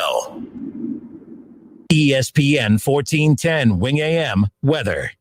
This afternoon will be clear and sunny with a high near 80. Tonight will be mostly clear with a low around 48. And tomorrow will be clear and sunny with a high near 72. I'm Pete Spivak for 1410 ESPN Radio. Weather is brought to you by Small Engine Service Pros in New Carlisle, your local authorized Hustler mower dealer. Stop in today and see the Hustler Fast Track, the Hustler X1, and the Hustler Super Z. Napa know-how. At Napa, you can buy a 5-quart jug of Mobil 1 full synthetic motor oil for just $27.99. And as a bonus, you'll score a $10 gift card by mail-in rebate. That's like a cherry on top of the cherry on top of your oil change. So get $10 back by mail when you buy a jug of Mobil 1. Quality parts, helpful people. That's Napa know-how. Napa know-how. General States pricing. Sales prices not include applicable state, local taxes, or recycling fees. Offer ends 10/31/20. Oh, my stomach. Don't worry, I've got you covered. When you have nausea, heartburn, indigestion, upset stomach, diarrhea. What's that? It's Pepto-Bismol Chews.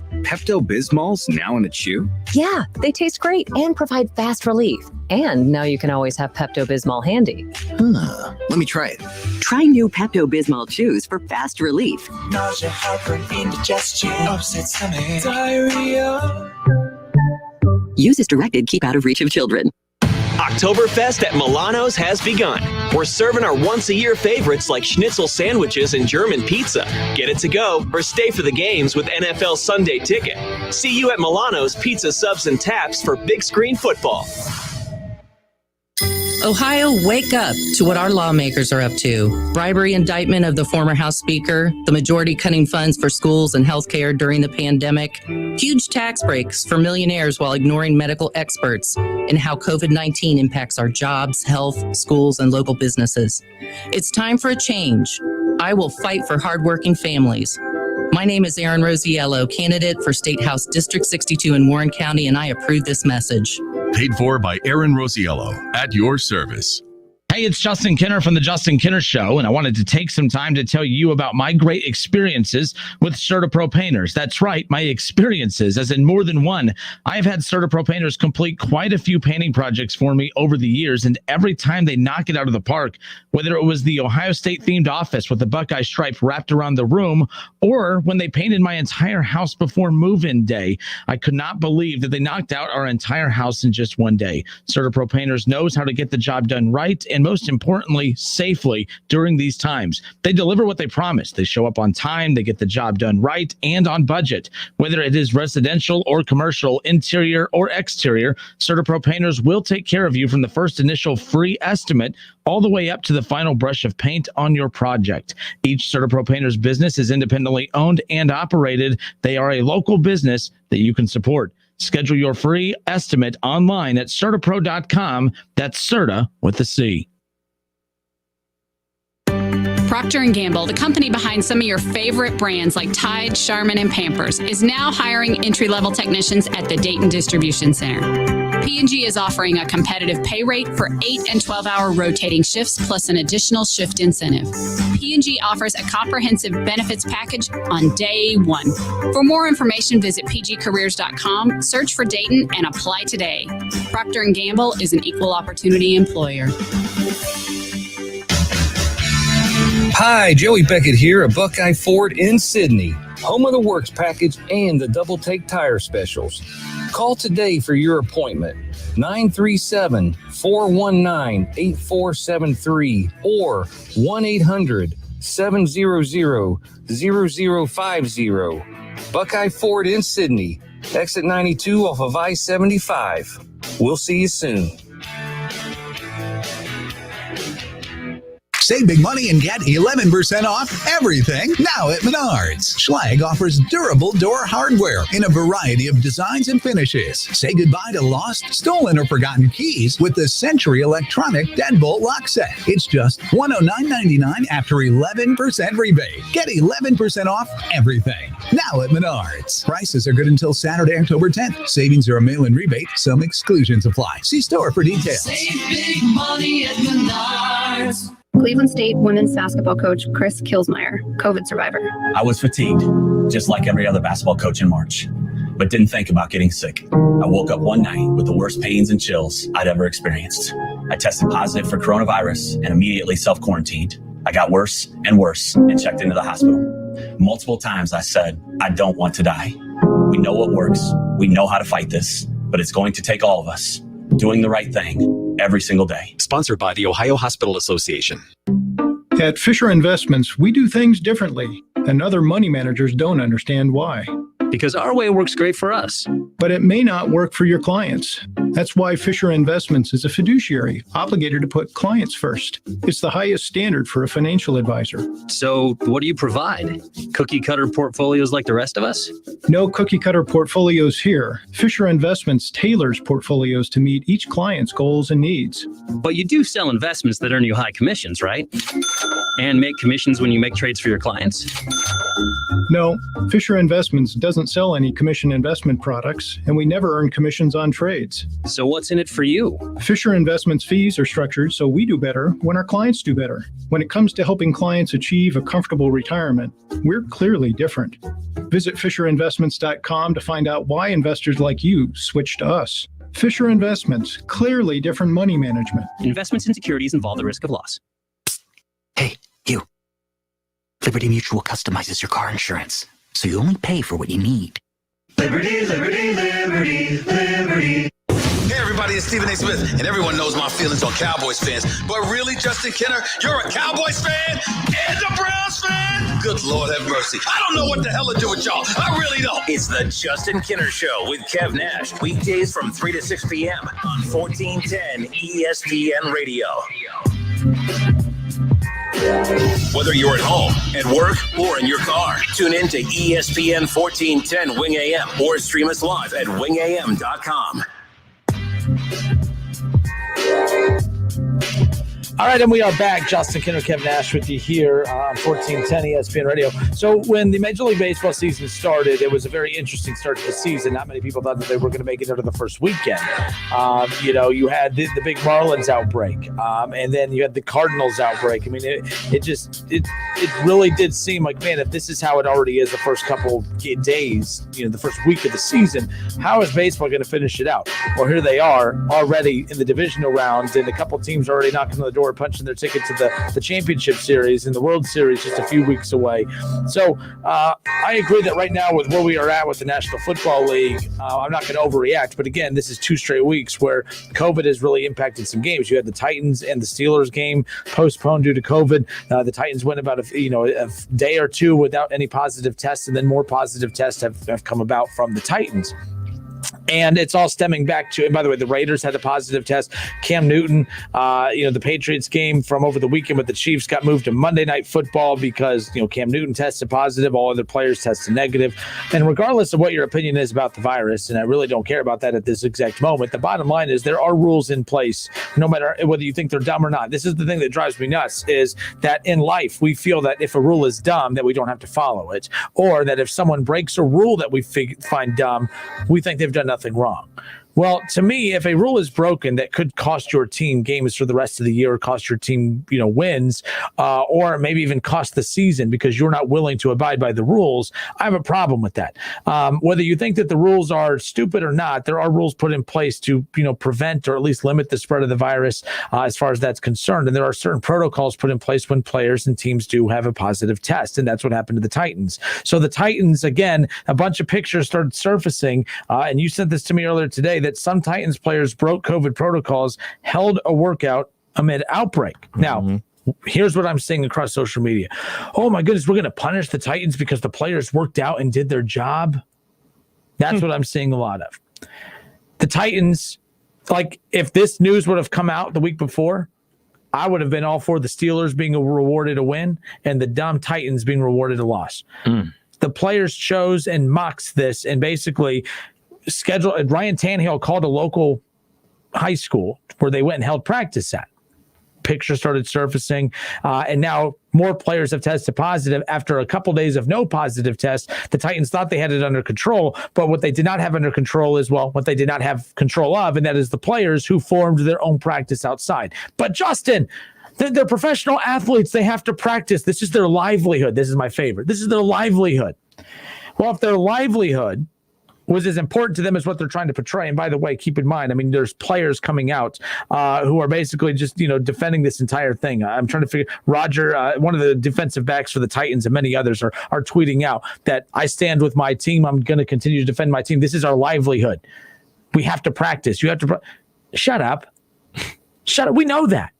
But we also know that for you to be able to have a game to play in, to even practice for, there are protocols put in place to protect you, to protect your team, to protect staff and personnel. And by you just going out and saying, screw this, we're going to practice anyways, that's a big middle finger to your team. That's a big middle finger to your career. That's a big middle finger to anyone that you could have gotten sick in that process, which, by the way, players are testing positive now because of their stupid decision. And they're going to come out and try to downplay this like the league is at fault here. The league has done nothing wrong. The league is actually at fault only because they had tried to believe that they can get through this without any bumps in the road, and that's obviously not the case here. But the players who are actually doubling down saying they did nothing wrong, you're wrong. Just because you find a rule stupid doesn't mean you get to go break it. And there's a lot of people who will defend what they did and say they're professional athletes. They are paid millions of dollars to take care of their bodies and to practice and make sure they're prepared for games. Well, if you keep pulling stupid stunts like this, there'll be no games to prepare for, and we'll be done with the season. And I'm not being dramatic. You had 3 teams who had positive outbreak or positive tests today. And if it keeps going that way, if it does seem like it's overwhelming and that the team, we can't keep going week after week after week with postponed games, you're running out of weeks at the tail end of the year to make up these games. This isn't baseball where you could have double headers. This isn't basketball where you could have back-to-backs. This is football where you need 6 days to prepare between. I don't want to hear, it's a stupid. They have to prepare. It's their livelihood. Well, if you really cared about your livelihood, you would follow the rules that would keep you in a position to continue practicing, to continue playing for your damn livelihood. Give me a break. I hate the Titans. The Titans players are a bunch of morons. You know, I hated them before. I hate them even more now. I hope that team loses every game. Schrody, I love you, all right, but your team is stupid. They are not very intelligent. And the response is, Ryan Tannehill, your leader, your quarterback, your leader is the one that texted a high school coach to see if he organized it. And people are like, oh, that's great. That's great leadership. He's rallying the troops. He's gathering them to make sure they're still. You deliberately ignored protocol. And for that, you have positive tests. Now your game this weekend coming up. Because of that, I don't know what's going to happen here moving forward, what they're going to do about the Titans game coming up this weekend. They should forfeit it. If I'm the league, I make an example of them. Therefore, it's a loss. The Titans should get rewarded if they have to postpone the game this weekend because they chose to ignore protocol and go practice outside of, again, no bubbles, but they went out, they ignored orders and protocols. Give them a loss. Do not by any means postpone this game.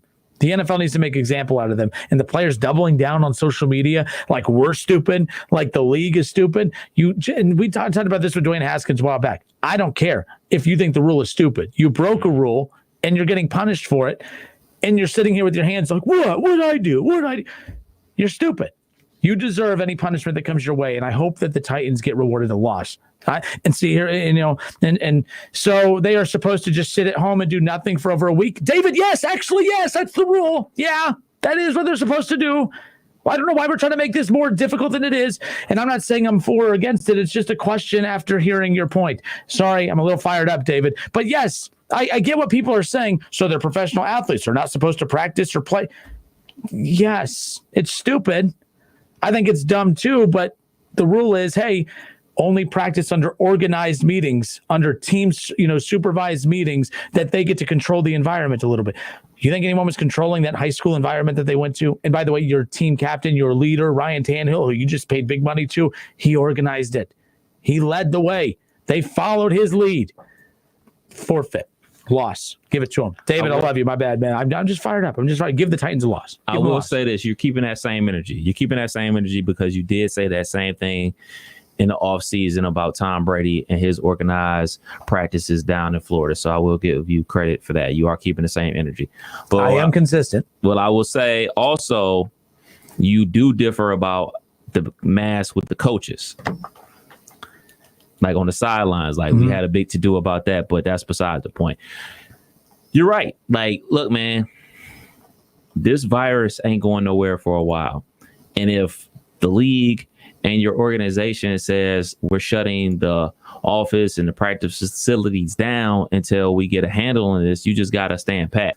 And we were talking about this last week, how unfair it would be if the Titans were forced to play the Pittsburgh Steelers all week without practicing. Mm-hmm. So what did the NFL do? They decided to postpone the game because they said, you know what, that's not fair. We got to let y'all practice. So once you guys were allowed to be notified, like, all right, we're not going to be forced to play this game without practice, then everybody should be on the same page. Everybody should have been like, well, we're going to be doing these Zoom meetings and we're just going to have to make the best of a bad situation until we get a handle on this. It's very irresponsible. And I'm a big person on culture and setting a tone. And so when you have professional athletes not following protocol, the regular citizens like you and I look at it and like, what if they're not following protocol? Why do we need to go follow protocol? Let's go run some 21 at the local basketball court. Like, that's how people think. That's how I know you and I differ on that, but that is how people think. They see the professionals doing it and they say, well, they're doing it, so I'm going to do it. That's exactly how people are. So I guarantee you, people saw the Tennessee Titans players practicing that have been kind of staying low key and said, you know what, they're out there doing it. Matter of fact, hey, man, go get the ball. We go out to toss the ball around for a while. It's just me and you, man. We're around each other all the time. Then that person calls a buddy. Oh, this is my buddy John. He going to toss the ball around with us. Then he calls a buddy Johnny. All right, dude. They're tossing the ball around. By the time you know it, they're running a full tag football game out there with 30 people. Like, that is how it goes, man. Yeah, but with that being said, I mean, again, I disagree. I've never made a decision. I've never looked at an athlete and said, man, I'm going to do that because they did it. Like if I was going to follow what athletes did, I'd be in shape. I would try to be more athletic. I would try, not just wearing the jersey of the player I want to be like. I would actually try to, be in shape like that player. So I see what you're saying. My point is with it and Shaw, and again, we're live on Facebook. Go to Facebook, search the Justin Kinner Show, follow along. You can watch the show there and interact with us that way, or you can give us a call at 457-9464. Shaw says, so when they come back and get hurt, then what? Again, first of all, they're going to miss. They're now, because of that, because they wanted to get that practice in, now they have to miss even more practice. They might even have to miss another game because of this. And they were well on their way back to being approved to come back, Kev. Mm-hmm. So they had to be patient. I'm telling you right now, it's not about whether you think COVID is stupid or not. It's not about whether you think the rules are stupid or not. All right. None of that matters. All that matters is that the rules that are in place were put in place for a reason and for the players to follow. The players chose not to follow it. So by the players choosing not to follow it, they're now in a situation where they don't only impact their team and themselves. Now you got a really good Buffalo team this weekend that now they may not be able to play this week. They may not be able to play this week. Right. And it better not be postponed, because if I'm Buffalo saying, hey, we're rolling, I don't want to, we have to stop what we're doing, because it's not like, it was, you couldn't do anything about it. They had a positive test. They followed protocols. It is what it is. It's a self-inflicted wound. Mm-hmm. Clevenger got let go. I mean, he got basically the reason he got traded. Clevenger would still be on the end. The Indians might still be in the playoffs right now if they didn't move on from Clevenger. But again, this isn't because of COVID. This is because this is an opportunity where leaders shine, where players step up and say, yeah, man, this sucks. Wearing this mask sucks. The fact that we can't practice for 2 or 3 days while we wait on these results, man, this sucks. We got games to prepare for. But, we got to follow the rules. Yeah. The rules are stupid, but we got to follow them. That's like saying the cop pulls me over for speeding, and I'm for going 5-0, 5 you're fine, or whatever that thing is. 5 you're fine. Well, officer, I think that's stupid. I think it's stupid you're giving me a ticket. I'm not paying this. This is stupid. Yeah, guess what? I still got to pay that ticket. I still got to pay that ticket. If you think rules are dumb, that's fine. If you think this rule's dumb, it's fine. You could, like when people are trying to come back at me and say, well, what about this? What about that? With all due respect, I don't care about any of that. The only thing I care about is the fact that the rule was don't congregate, don't practice, don't do anything outside of team sanctioned events. And there was the Titans right there. And your leader, your starting quarterback, is the one that called to orchestrate it and set it all up. That's the problem I have as far as that's concerned. Let's go to the phones. We got Thomas. Thomas, thanks for holding. Yeah, hey, huge Titans fan, so I'm going to be the other way around. But I understand why people would be like, oh my gosh, they're breaking the rules, they're concerned, all these different things. But at the same time, you have, high school football that's playing 5 days a week or practicing 5 days a week and hitting and things like that. We don't know what they were actually doing at this high school. Maybe they were doing certain things. We don't know. All that's been shown is photos so far from the practice. So we don't know if they were doing hand sanitizing or anything like that. I think what bothers some people is there any way we can actually prove 100% that they got it from this practice, with whether it was 1, 2, I don't know how many times they actually practiced it. There's no way we actually know. One of the Titans players could have got it from going to the grocery store or from going, to go see a family member or something like that. And so we actually have no 100% proof evidence. And you talked about police. We have 100% evidence. You ran a stoplight. You sped. I have 100% evidence they practiced when they weren't supposed to. It's still a rule that they broke. They broke protocol. I agree with that. Okay, that they shouldn't have broken the rules. Okay, but to now sit here and say that we're endangering, everybody and everything like that, and now saying we're going to give them a loss when you've had New England who's been taping tons of things and they were never given a loss or anything like that. Now, draft picks, sure, go ahead and do draft picks. I'm anxious to see what they come out as far as the discipline, but, how many have actually tested positive that were at the practice? Do we know actually how many players were tested positive that were actually at the practice? Has that come I know out yet? one of the positives is from someone that's at practice. They have not revealed who. The article states that Ryan Tannehill is one of the players that was at practice. He set it up. He orchestrated it. I don't know if it's him or not. But to your point, I mean, when you talked about the high schoolers practicing, you know why they were practicing? Because they're allowed to practice. They were told they could practice. The Titans should not have been practicing. They should not have been out there. I know what you're saying, and again, like you're giving a lot of excuses as to why you think it's dumb that they should not be able to practice. But I agree with you that there's a lot of dumb reasons out there. But at the end of the day, the rule was you're not supposed to practice until you are given the green light, and they did it anyways. And now there's positive tests, and all I'm saying is the Titans. The positive tests. How can you say the positive tests are from the practice? Listen, we could play this game all day. We could play this game all day, but I don't think it's a coincidence that they had all negative tests until this group that went and practiced when they weren't supposed to. Now there's positive tests. It could have been caught from the night before from somebody else, but that person probably brought it to the practice that they should have been having anyways and passed it on to somebody else. I mean, I'm not going to go all Justin Kinner CSI on this. I mean, I'm just saying I don't think it's that hard to connect the dots. Yeah, I don't think these players are going to get a lawyer either. Exactly. If only one person has got it, though, then how much did they actually spread it at the practice? It would be no spread. It would be that one person had it. But so there would actually be no spread. So it actually contradicts. They're spreading it to every single player. But it's not just about the spread. It's about the fact that you had to stop practice again for another day. You had to sterilize the whole practice facility again. The players have to get tested again because of that. So it's because they didn't follow rules. Now a whole other day of practice, maybe 2 days of practice is lost. Those bonehead selfish decisions lead to lost time out on the field that they are so worried about. Oh, we have to practice. But yet by doing that and breaking the rules, now you've put your team at risk of missing more days of practice and more preparation, maybe another game. Well, I get that. I understand that. I'm not arguing. I'm not saying they should have been able to practice. I think that's what you're trying to say. They should have been able to practice. What I'm saying is it that big of a deal? And can we prove that they actually got it from the practice? And the answer is no.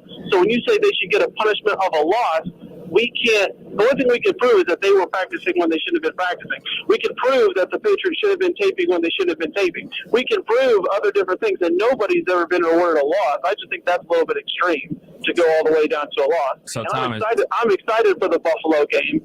So I can't wait for that game to be shown. So we'll see how it goes. So Thomas, I got a question for you. What would be a fair punishment in your eyes, since you are a Tennessee Titans fan?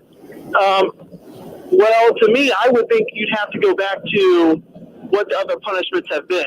Let's see, if it's a rule, then you have to go actually back to breaking a rule. Now, do we go with a player rule? So are we looking for player fines? Are we looking for that direction? Like, are we going to punish the team as a whole? Because do we actually know definitively if Mike Vrabel or the coaching staff actually knew these were going on and then allowed it to go on? I think that's a separate issue. If the coaching staff knew these were happening and took place, then I think you have to use that as like a team punishment. That would make sense to me. That would be, in my mind, like draft picks, correct?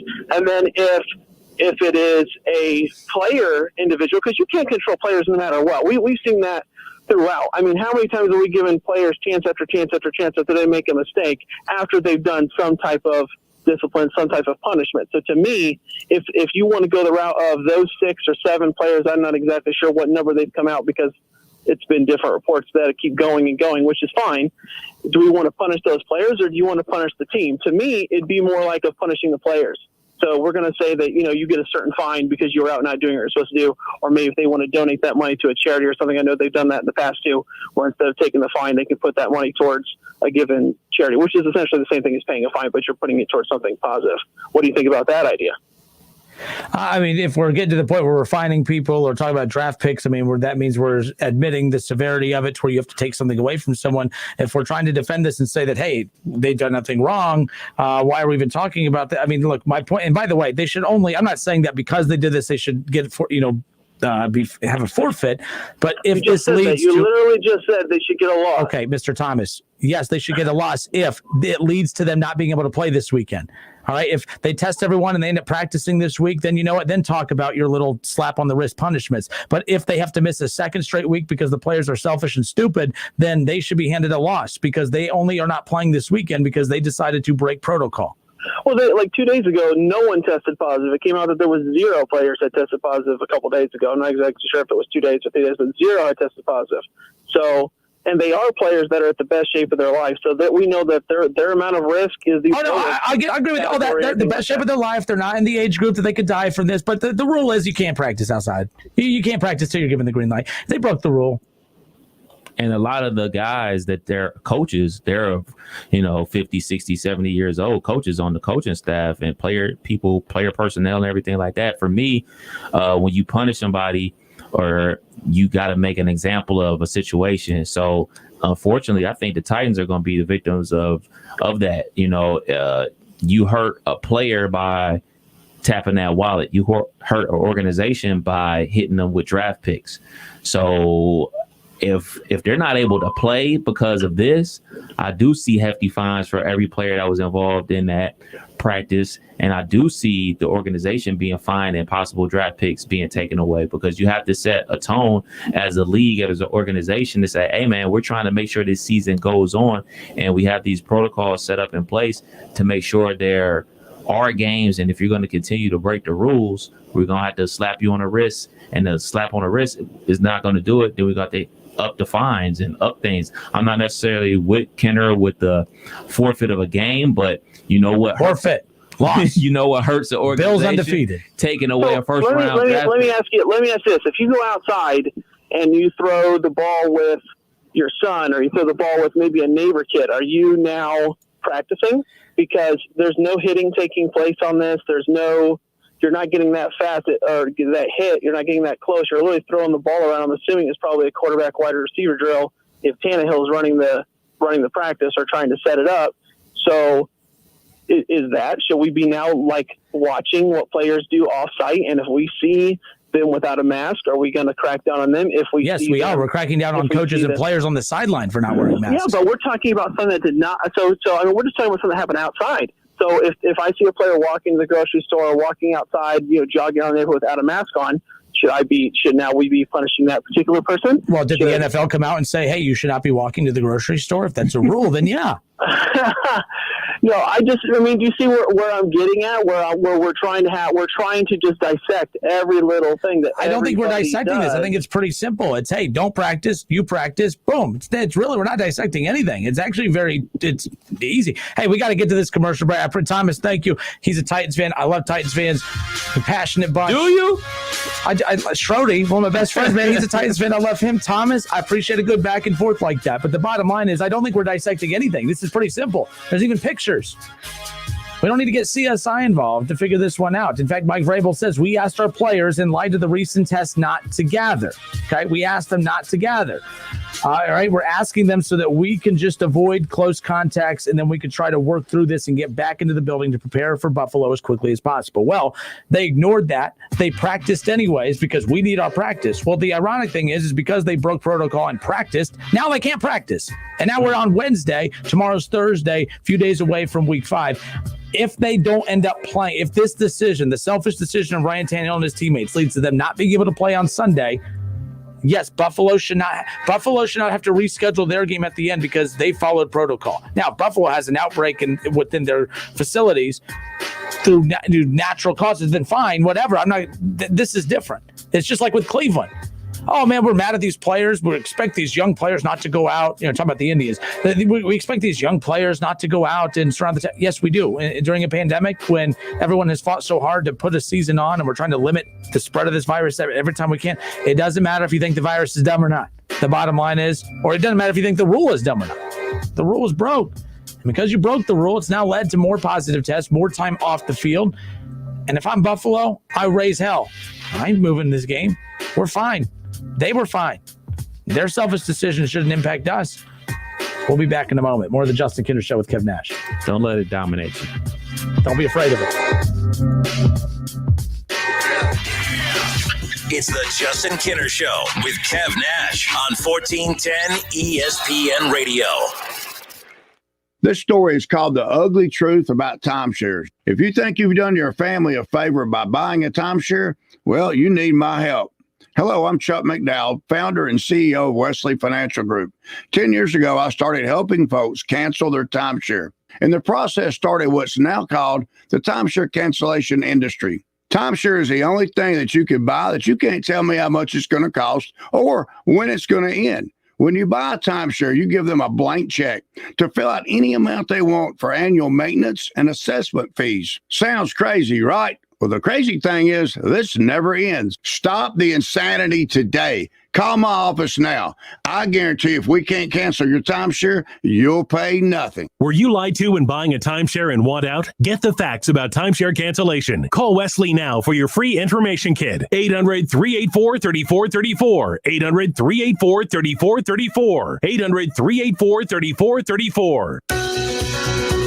Do you have foot pain? Did you know foot pain is not normal, regardless of your age, activities, or job? Podiatric physicians are the most qualified doctors to care for your feet based on their education, training, and experience. Your podiatrist can provide you with important foot care solutions like shoe inserts, so you're able to better manage foot pain. Ohio Foot and Ankle Medical Association podiatric physicians are located throughout the state and are dedicated to providing the highest quality foot and ankle care. Ohio Foot and Ankle Medical Association members are bound by the highest ethical standards and have access to superior ongoing medical education and resources. Ask if your podiatrist is a member of the Ohio Foot and Ankle Medical Association so you know you are being treated by the very best. After all, we've been serving the profession and the public for over 100 years. To find a member of the Ohio Foot and Ankle Medical Association near you, visit associationsadvanceohio.com.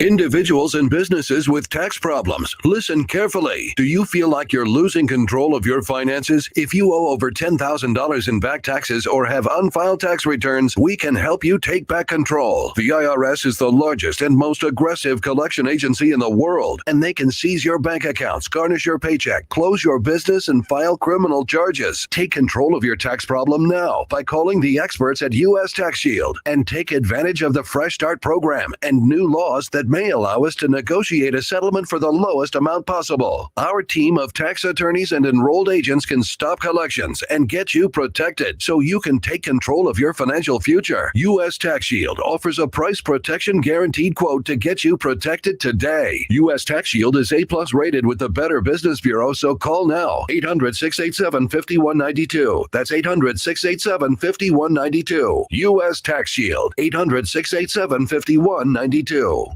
Roosters would like to thank all of our loyal guests and all the loyal Buckeye fans for your support this year. Because of you, we've been able to stay open and keep our award-winning team employed. Our team members go above and beyond and are dedicated to providing you and your family the safest dining experience possible while still providing a fun, casual atmosphere to relax, laugh, and enjoy our award-winning food. Roosters, the official wing sponsor of Ohio State Athletics. Individuals and businesses with tax problems, listen carefully. Do you feel like you're losing control of your finances? If you owe over $10,000 in back taxes or have unfiled tax returns, we can help you take back control. The IRS is the largest and most aggressive collection agency in the world, and they can seize your bank accounts, garnish your paycheck, close your business, and file criminal charges. Take control of your tax problem now by calling the experts at U.S. Tax Shield and take advantage of the Fresh Start program and new laws that may allow us to negotiate a settlement for the lowest amount possible. Our team of tax attorneys and enrolled agents can stop collections and get you protected so you can take control of your financial future. U.S. Tax Shield offers a price protection guaranteed quote to get you protected today. U.S. Tax Shield is A+ rated with the Better Business Bureau, so call now. 800-687-5192. That's 800-687-5192. U.S. Tax Shield. 800-687-5192. Champagne Dental, taking the fear out of dentistry. Don't let your dental benefits go to waste. Most insurance benefits roll over in January, and what you don't use, you lose. Now is the time to make an appointment to maximize your insurance. Give Champagne Dental Group in Urbana a call at 937-653-8650 to get scheduled today, or visit online at champagnedentalgroup.org. Champagne Dental, taking the fear out of dentistry. Cordell Transportation is hiring Class A CDL drivers 23 and over, less than 6 points on their license, for no-touch freight home daily lanes. Outstanding new equipment. Earn up to $270 per day, $2,000 sign-on bonus, medical, dental, vision, and paid life insurance. Apply at CordellTransportation.com. Driven to succeed. Bromley's for Men would physically shave your face for you if we could. Since we can't, we made our 7-blade razor and Get a Grip handle the simple choice for the smoothest shave. Bromley's for Men in the shaving aisle at Kroger. Don't put it off any longer. You know it's time. Time for a bathroom upgrade by Bath Creations. Bath Creations, serving the greater Dayton and Cincinnati area, is a leader in bathroom renovations, providing the best value in bath and shower remodeling, and proudly made in the USA. With Bath Creations, you get a beautiful modern bathroom that is safe, comfortable, and affordable. Attention first responders, veterans, and active military. Save $500 off your purchase. Visit on Poe Avenue in Dayton or online at mybathcreations.com and upgrade today. Hey, you. Liberty Mutual customizes your car insurance, so you only pay for what you need. Liberty, liberty, liberty, liberty. Hey, who wants free money? Who are we kidding? We all do. It's the ESPN Dayton #We Want to Get Paid Cash Contest. Listen for the word that wins 18 times a day, starting at 6 a.m. Monday through Friday. Enter the keyword at wingam.com for your chance to win $1,000. It's the ESPN Dayton #We Want to Get Paid Cash Contest. All sports, all the time. This is 1410 ESPN Radio. It's the Justin Kinner Show with Kev Nash. Back to the famous WING studios. Here's Justin Kinner and Kev Nash.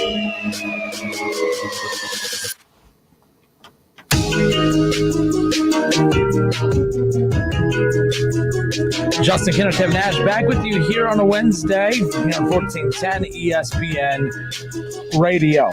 All right, it's time for you to have a shot to win $1,000. It's another hour, which means we have another keyword, which means you have another shot to win $1,000. It's our ESPN Dayton #We Want to Get Paid $1,000 giveaway cash contest. Head to wingam.com. It's very simple. Again, it's a shot to win $1,000. It's free. Technically, the only thing it costs you is a few seconds of your time.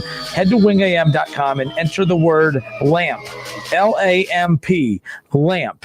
Enter LAMP at wingam.com. I love LAMP.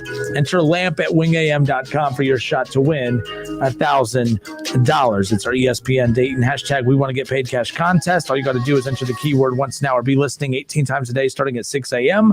And enter the winning word at wingam.com. Are you doing it? Absolutely. LAMP. Sound it out. You'll be all right. I got it. You'll be all right. All right. Again, the show, we went into detail a little bit more than I had anticipated on that Titans thing. I'm surprised so many people are as upset about the potential fallout from this as I thought I would. I feel like as football fans, we should all be mad at the Titans. Even Titans fans, you should be mad at your Titans team.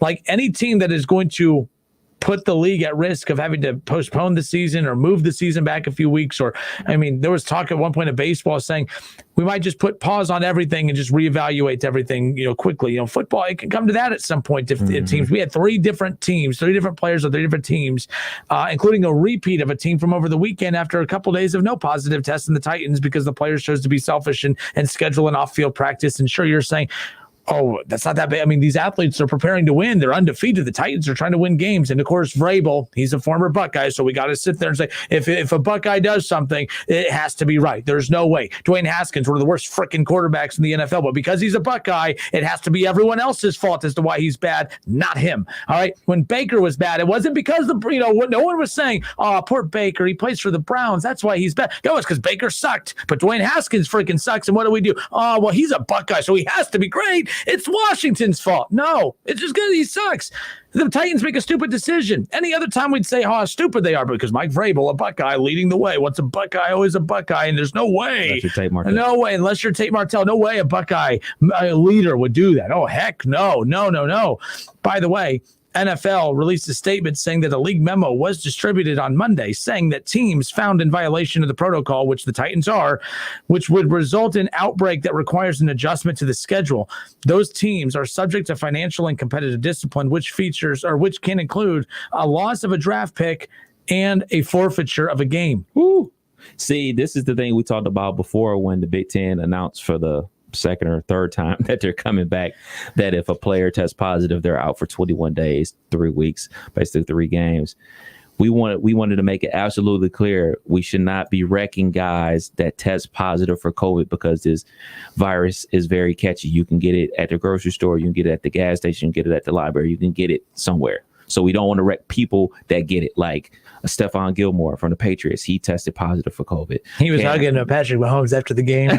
Right. You see Bill Belichick, they had a picture of Bill Belichick off to the sideline smiling as he's watching Gilmore hug Patrick Mahomes. And it says, here's the game plan to beating the Chiefs in 2020. So there you go. So we don't want to wreck the guys that get it, for lack of a better word, naturally. But if you get it from violating rules, like i.e. college player going to a party or something like this, or a professional athlete, i.e. having an unsanctioned practice, yes, you will get wrecked for that. There's two totally different things. Like, I don't understand how people aren't seeing the difference between the two. It's not apples to oranges. You know what I'm saying? It is, hey, man, we're going to wreck you if you're being irresponsible, like a person going to a party and guys having unsanctioned practices. But if you get it, you just get it because, man, I don't know how I got it, man. I was picking up my kids from school and I tested positive. Yeah. Ain't nobody gonna say nothing. They're gonna be like, dang, man, well, shut it down for a couple of weeks. Hopefully you feel better and we'll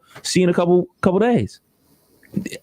But in this case, when you have a practice that is unsanctioned and now you got players that were there tested positive for COVID, you're gonna get the whammy. It is what it is. That's what's happening here. And we're trying to spin it and say, well, they were having practice. They were trying to remain in shape. These guys need to remain in shape. You really think 2 days without practice, these guys are just going to crumble? And by the way, at this point of the season, practices aren't that hard anyway. It's a lot of film. It's a lot of, it's a lot of going up against the scout team. No one's hitting. And by the way, my fat ass has a bike at home. My fat ass has an elliptical at home. My fat ass has one of those treadmills at home. Whoa, you got all three? I got all three. Coming to a garage sale near you. But I got all three. And the thing is, if Kenner has that, you mean to tell me these guys don't? They can stay. You can run on a bike. You got a Stairmaster? No, but I do have to take this big step to get into my house. Sometimes you have to get a running start. I'm little, that type of thing, All right, folks, we'll be back in a moment. Some of the most interesting betting lines of the weekend as we head into week 5 of the NFL. We'll be right back. We'll take a look at some of the college lines as well. Don't go anywhere. More of the Justin Kinner Show with Kev Nash. Hour 3 next. It's the Justin Kinner Show with Kev Nash on 1410 ESPN Radio. 911, what's your emergency? There's a train that just hit a car. Sir, what is your location? Look around for a street sign, sir. It's 8th and Orchard. 8th and Orchard. Okay, very good. 8th and Orchard. Sir, help is on the way. Why would you do that? The train still doesn't stop. You have to get there now. At a railway crossing, even if the engineer sees you and hits the brakes, it can take a mile for the train to stop. And for you, that's too late. Stop. Trains can't. Paid for by NHTSA. Napa know-how. Get all the quality parts you need at your locally owned Napa. Because right now, when you order from Napa online, you can pick up curbside at your local store in just 30 minutes. Or get your order delivered direct to your door with free one-day shipping and over 160,000 quality parts when you spend $35 or more. Quality parts delivered quickly and safely. That's Napa know-how. Napa know-how. At participating stores, standard ground shipping and exclusions apply. Individuals and businesses with tax problems, listen carefully. Do you feel like you're losing control of your finances? If you owe over $10,000 in back taxes or have unfiled tax returns, we can help you take back control. The IRS is the largest and most aggressive collection agency in the world, and they can seize your bank accounts, garnish your paycheck, close your business, and file criminal charges. Take control of your tax problem now by calling the experts at U.S. Tax Shield and take advantage of the Fresh Start program and new laws that may allow us to negotiate a settlement for the lowest amount possible. Our team of tax attorneys and enrolled agents can stop collections and get you protected so you can take control of your financial future. U.S. Tax Shield offers a price protection guaranteed quote to get you protected today. U.S. Tax Shield is A+ rated with the Better Business Bureau, so call now. 800-687-5192. That's 800-687-5192. U.S. Tax Shield. 800-687-5192. Individuals and businesses with tax problems, listen carefully. Do you feel like you're losing control of your finances? If you owe over $10,000 in back taxes or have unfiled tax returns, we can help you take back control. The IRS is the largest and most aggressive collection agency in the world, and they can seize your bank accounts, garnish your paycheck, close your business, and file criminal charges. Take control of your tax problem now by calling the experts at U.S. Tax Shield and take advantage of the Fresh Start program and new laws that may allow us to negotiate a settlement for the lowest amount possible. Our team of tax attorneys and enrolled agents can stop collections and get you protected so you can take control of your financial future. U.S. Tax Shield offers a price protection guaranteed quote to get you protected today. U.S. Tax Shield is A+ rated with the Better Business Bureau, so call now. 800-687-5192. That's 800-687-5192. U.S. Tax Shield. 800-687-5192. Hey, you. Liberty Mutual customizes your car insurance, so you only pay for what you need. Liberty, liberty, liberty, liberty. NFL fans, the season is finally here. Get your picks submitted at wingam.com. Click on contest and enter the Pro Football Challenge. Weekly winners will win $20 in Frickers Fun Bucks. Get to wingam.com and get your NFL picks submitted now. Touchdown! Incredible! Good luck. College football playoffs, Browns, Bengals, Buckeyes, and more. Catch the Keith Byers Show Mondays at noon on 1410 ESPN Radio. WING 1410 Dayton. Dayton's ESPN Radio. It's the Justin Kinner Show, live here on ESPN Dayton, 1410 Wing AM. Tweet the show at 1410 Kinner or give us a call at 457-9464. We now send you to the Wing Studios in Kettering. Here's your host, Justin Kinner.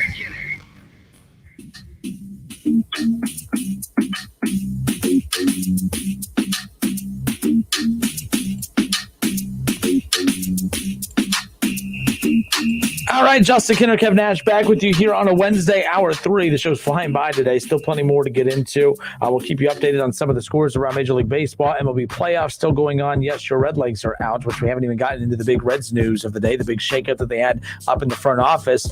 We spent a lot of time talking about, of course, the Titans positive test again. This is after a couple of days without a positive test, and more tests reemerged as the Titans were testing to come back to the practice facility. Again, all players had to test negative to return back to the practice facility, and that's when new tests, new positive tests had popped up. And we're talking about that again. These players ended up organizing practices away from the team after being instructed not to. Now there's positive tests coming up, and if that is the case, if it's traced back to that practice, they definitely should be held responsible, and it should be a forfeit only if it leads to them not having a game on Sunday. If then everyone ends up testing negative and they're back on the practice field and they're able to get the game in on Sunday, great. But if they have to move the game again, they definitely should have to face a forfeit. And by the way, the NFL, I know the rules are all stupid. We all think that stupid rules, we shouldn't follow the stupid rules. We only follow the rules we like, apparently. But the NFL does state that if a game is moved because players not following the protocol, and that leads to games having to be moved, it could lead to, of course, financial troubles or financial punishment, or, of course, the competitive punishment being a forfeit. We'll see what happens with the Titans moving forward. So I said, hey, they did all this, 2 days. David Shaw says it has not been 2 days. It's been over a week. Just saying. First of all, it has been 2 days because last week, David, was a bye week. Last week's a bye week. You know what teams do on a bye week? They don't practice. They get away. They heal up. It's a bye week. So the Titans were being that ultra competitive team trying to practice on a bye week. So yes, it really has been 2 days. It only has been 2 days because last week doesn't count to bye week. Everyone gets a bye week. No one else is going to be practicing on their bye week. All right, 457-9464. Kev, let's take a look at some of the most interesting lines as we head into week 5 of the NFL season. We're not giving our predictions on these games yet. That'll be on tomorrow's show, but I am curious when you start looking at these, a lot of really good ones this week. The Bills-Titans, by the way, there is no line on that game. That game's up at it's Wednesday. Yeah. It's Wednesday. That game doesn't happen. Not happening, dog. That game's not happening. All right, well, congratulations. The Bills are 5-0. and the Titans get their first loss of the season. But hey, I mean, great think about defensive it. performance. They didn't give up a touchdown. Back-to-back weeks. You know what I'm saying? Back-to-back big game weeks. You know, you had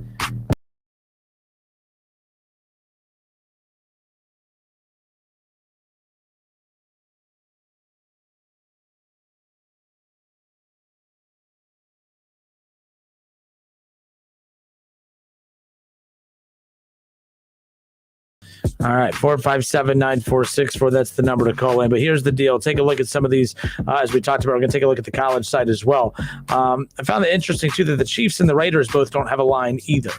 Is that anticipating that they'll be positive? I mean, I wonder if the Raiders also have a positive test that came out earlier today, and people are anticipating a possible positive test for someone in the Chiefs organization with Stephon Gilmore. I mean, look, he tested positive just days after the Monday Night Football game, where there's a scene at the end where he's hugging and high-fiving Patrick Mahomes at the end. So it's going to be interesting to keep an eye as far as that's concerned. Arizona 2-2, the Jets 0-4. Arizona a 7-point favorite. I wouldn't trust that. I wouldn't trust Arizona. I wouldn't take it over under at 47. I'm looking at that. I'm staying away from that one. I don't trust the Cardinals. Kyler Murray I like, but he looks like a young quarterback. I don't trust him. They look very up and down play. I wouldn't trust that number either. Up next, again, your Steelers, your Eagles. If you had to guess the line, guess the line. Where's the game at? The game is at Pittsburgh. Pittsburgh off their bye week. Steelers 6.5. Very close. Steelers by 7 at home with the 1-2-1 Eagles team. Fair foul. I think that's fair. Like we don't know who the Pittsburgh is either. So that's what I'm saying. Like, as big as a fan as I am, and we're sitting at 3-0, the teams that we've beaten have 0 wins. I just don't know who we are. I'm glad we won those games, but I gotta see it. Like, I gotta see it, and I keep harping on it. I was going to be able to see and make a judgment about how good we were last week versus the Titans, but COVID that game Titans didn't happen. Yeah, the COVID Titans. I mean, I tell you what. And by the way, the Steelers are in a situation where even if you lose to the Eagles, that's bad. Right. But if you beat the Eagles, we'll do this whole, it's Still just in the limbo. Eagles. We don't know. That's what's going to lead to that interesting Browns-Steelers matchup. And then, again, Steelers beat the Browns. It's the Browns. We don't respect the Browns. So, who are the – by the way, it's tough to win in the NFL, good or bad. Steelers 3-0. Eagles 1-2-1. Pittsburgh a 7-point favorite at home. Rain is in the forecast for that afternoon as well. High is 71. Rams and, again, the Washington Buckeyes, you can't call them that anymore. They don't have Dwayne Haskins as their starting quarterback. He's not even the backup. He's the third string. You got Alex Smith, who has been reconstructed, literally. Terminator. He is back as the backup, and so you can't call them the Washington Buckeyes anymore. Yeah, you can. I guess maybe, but they're 1-3. McLaurin on there. Got Chase Young. He's out too. So it's still out. It's still no longer the Buckeyes. The Washington McLaurins. The Washington McLaurins. All right. So you got the Washington McLaurins at home. They got the Rams. So the Washington McLaurins are 1-3. The Rams are 3-1. Who's favorited and what's the line? Man, one more time. Washington's at home against the Rams. The Rams are 3-1. It seems like the Rams are always on the road, by the way. It's got to be the Rams, got to be favorite. I'm going to say Rams by 8.5. Close again. Rams, 7-point favorite on the road at Washington. The over-under 45.5. Look, Washington's a bad football team. But this would be one of those random 2020 NFL games where Washington. I would comes go out with on the top. under, by the way, on that point. On the 45.5? Yeah, I would go under because of Washington's defensive line. I mean, I know Chase isn't there, but Sweat is still there. Kerrigan is still there. They still got a pretty dominant defensive line. Secondary is suspect, but the D line is 8-1.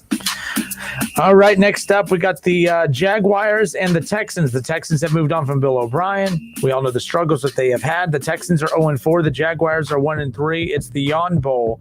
But who's favorited? Texans are at home. They're 0-4. The Jaguars 1-3. Texans at home. Who's favorited? What's the line? Texans got to be, and I will say 5.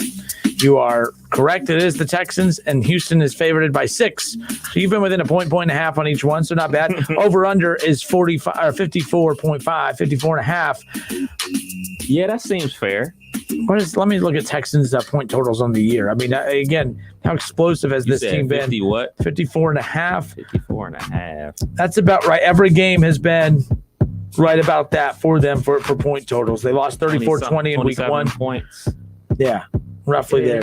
That seems fair. I'd say that's fair. So we got to take the over the under. I would go with the over. I would go with the over. All right, so the over as far as that's concerned. All right, you got the Dolphins that were 1-3. The Niners are 2-2. The Niners released Mohamed Sanu.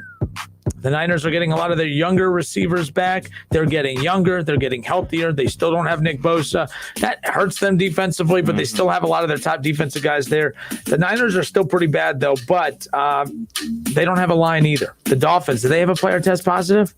Not that I know of. I think it's interesting that they don't have a line on that game as far as that's concerned. Cowboys, Giants. How about them Cowboys? We have an NFC least battle. Whatever the point total is over because the Cowboys are involved. Cowboys are 1-3. The Giants are 0-4. Are the Giants getting their first win? Or who was the over-under here? What? Not the over-under. I'm sorry. What's the line? Cowboys favored by 8. Gotta be. 1.5. You're within it. 9.5 point favorite at home against the Giants. And I think the Cowboys win big. And I don't think we're even questioning this. I mean, the Giants are bad. I think the Cowboys are better than advertised. That defense is bad. That's the problem. But Dak Prescott needs to come out and have a fast start. I mean, he's 1,600 passing yards of the year. He has almost 1,000 more yards than Baker Mayfield. I mean, it's insane. But he's completed 137 of his 201 pass attempts. He has 9 touchdowns. Dak Prescott's stuffing the stat sheet. But the way he moves the ball, he's looked a lot better this year. But he has to be more consistent. Zeke Elliott, 273 yards on 70 carries this year. He's not getting it done. He needs to get it done. I think part of the problem is they have so many toys and weapons and everything like that. They get away from the running game. And I think Dak is playing great football, but their defense is so bad. Maybe you need to slow the pace of the game down. Maybe you need to feed Zeke, not because Dak isn't capable of scoring the ball for you and moving the ball up and down the field. Maybe you protect your defense, play complementary football to all right, our defense is really struggling. Let's keep them off the field a little bit. Let's give them a chance to breathe and see some success. You're going to see a lot of success on their defense this coming weekend because Danny Dimes is throwing to me and you running behind that offensive line. Like, there's nobody there. Chargers, Saints, New Orleans at home. Who's favored? What's the line? Well, the Saints got to be favored, but it can't be by much. Like, I just don't see it with the Saints this year. I'm going to say the Saints are favored by 5. 7.5. Really? The Saints are at home. They're 2-2. A win. This would be a huge win for them again, just to kind of establish some kind of momentum moving forward. But yeah, New Orleans 7.5 point favorites at home against the Chargers. Chargers will drop to 1-4 most likely, as far as that's concerned. Vikings, Seahawks. Seahawks at home. They are 4-0. The Vikings regularly at the bottom. They have not been good at all. You lose Kevin Stefanski. You lose Stephon Diggs. This is not the same Vikings offense from the last couple of years. They were questionable because of Cousins to begin with the last couple of years, but now you lose a lot of the playmakers on that offense, including the play caller. That's had a definite impact on this team. Vikings, Seahawks at home. Seahawks undefeated. What's the line and who's favored? The line, the Seahawks by 3. Seahawks by 7. Really? They think that less of Vikings. Seahawks by 7. Breaking news. Seahawks, this ain't the Legion of Boom. It just ain't. This should be one of those like 9.5, 12 point lines. You think so? If the Vikings offense is so bad. So they came alive the last 2 weeks, even though they lost that one game. They put up crazy numbers. They lost to the Texans, and then last week they finally got their first win of the season. They were pretty balanced. They starting to get Justin Jefferson involved, the rookie wide receiver from LSU. They're finally giving the ball to Thielen, for goodness sakes, and they ran the ball pretty good with Dalvin Cook. It's kind of one of those things. I know I'm not the Kirk Cousins guy on here, but it is predicated on how he plays. Like, if he's playing good, then they play good. That's simple as that. I know it sounds stupid, but if he plays good, they play good football. But he doesn't play good football a lot of the time. A lot of his stats are just wasted stats because they lose so many games. I think this game is going to be very good. I think it's going to be a very tight game. By the way, and thanks, David, for this, too. And I read this earlier on ESPN and completely forgot about it. Saints game to be played in Indy due to the hurricane. So the Saints game is, well, that will be played different location, obviously. Wow. So that hurricane, by the way, that hurricane, I forgot the name of the hurricane. Hurricane, yeah, but that you know, I respect hurricanes now. I used to tell you, I used to laugh at people. I was like, I don't feel bad for people who get hit by hurricanes. You're told to leave and you choose to stay. I mean, that's kind of, you know. Hurricane Delta. Yeah. No Sally. Actually, it was Delta got up to Category 4. The Hurricane Sally that we experienced in Pensacola a few weeks ago when I was there on vacation, that was supposed to be a tropical storm. It escalated to a Category 1, and then it got to Category 2, and it was like 1 to 2 miles per hour wind-wise from a Category 3. But historic flooding, like 5 feet of rain. Never had that much rain. And we stayed. So I'm one of the idiots. I'm like, why would you stay? We stayed. And here I am. Live to talk about it. Hurricane Sally. How about that? The Chargers Saints will be played in Indianapolis again. So with that being said, I wonder if that line will change. But again, it's a Monday Night Football matchup as far as that goes. All right, let's go into this one right here. The Colts and the Browns. The Browns are at home. Mm-hmm. They got a 3-1 Colts team, the number 1 defense in the NFL. We've talked about this line, but I'm going to make you do it anyway. Who's favored? What's the line? Browns favored. About 3. This is your worst one. Is it? This is your worst one. Do you think that you're wrong team-wise? You think you're wrong line-wise? Probably team. The Colts are favored on the road at Cleveland, and the Colts are favored by 1.5. Now, that's shifted big time. It was 2.5. The Colts were favored by 2.5 yesterday. I don't see it. The Colts defense is getting way too much credit. I'm not sold on the Colts defense, and Colts fans, even if you're a Colts fan, you got to hear me out here. The Colts have played the Jaguars. Mm-hmm. They played the Vikings. Yeah. They played the Jets. Yeah. And they played the Bears. Now, the Bears' record, people will look at that, but the Bears offensively, that was bad. I mean, the Bears have to be – you know how bad you have to be offensively? That you're undefeated to make a quarterback change. At least Washington is a train wreck. Okay, how bad do you have to be offensively that you have to make a quarterback change when you're undefeated, at least were, to the loss to the Colts? I'm not sold on the Colts defense. I don't look at that Colts offense as being explosive enough. Phillip Rivers has been known to turn the ball over. The Browns are the number 1 takeaway team in the NFL. I don't see it. I know this isn't our pick'em segment, but this line is the most surprising to me. Whether I'm a Browns fan or not, this line is the most surprising to me as far as that goes. It is surprising, but I have to be perfectly honest. I have not watched the Colts game this season, so I've only seen highlights and box scores and everything like that. But I'm just not sold on the Colts either. We talked about this 1,000,001 times about the teams that they played and why their defense is number 1. Me not being sold on Phillip Rivers, me thinking he's over the hill and everything like that. Prove me wrong, I guess. Go ahead and shut down a high-powered running attack by the Browns, and I'll believe you. Phillip Rivers, go out there and throw some touchdowns instead of interceptions, and I'll believe you. This is a show-me game for the Colts, in my opinion. All right, and then the Bengals and the Ravens. Now, I find this interesting. This line is gone. They have taken the line off this game. The Ravens were a home team. I mean, they are the home team. But the Ravens were a 13.5-point favorite at home. Now, I'm looking at the ESPN line. The line was there earlier today. I'm going to hit refresh just to make sure. But the line is gone as far as the ESPN point spreads are concerned over here. Again, I'll keep an eye on that. Of course, we'll wait on the computer to load here. Of course, this is great radio as far as that goes. But no, so Cincinnati and Baltimore, they took the line off. That's interesting to me.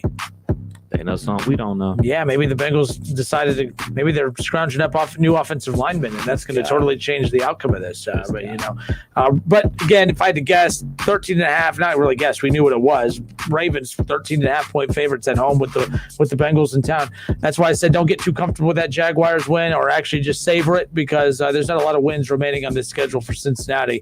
Zach Taylor's not a good coach. That offensive line's definitely not good.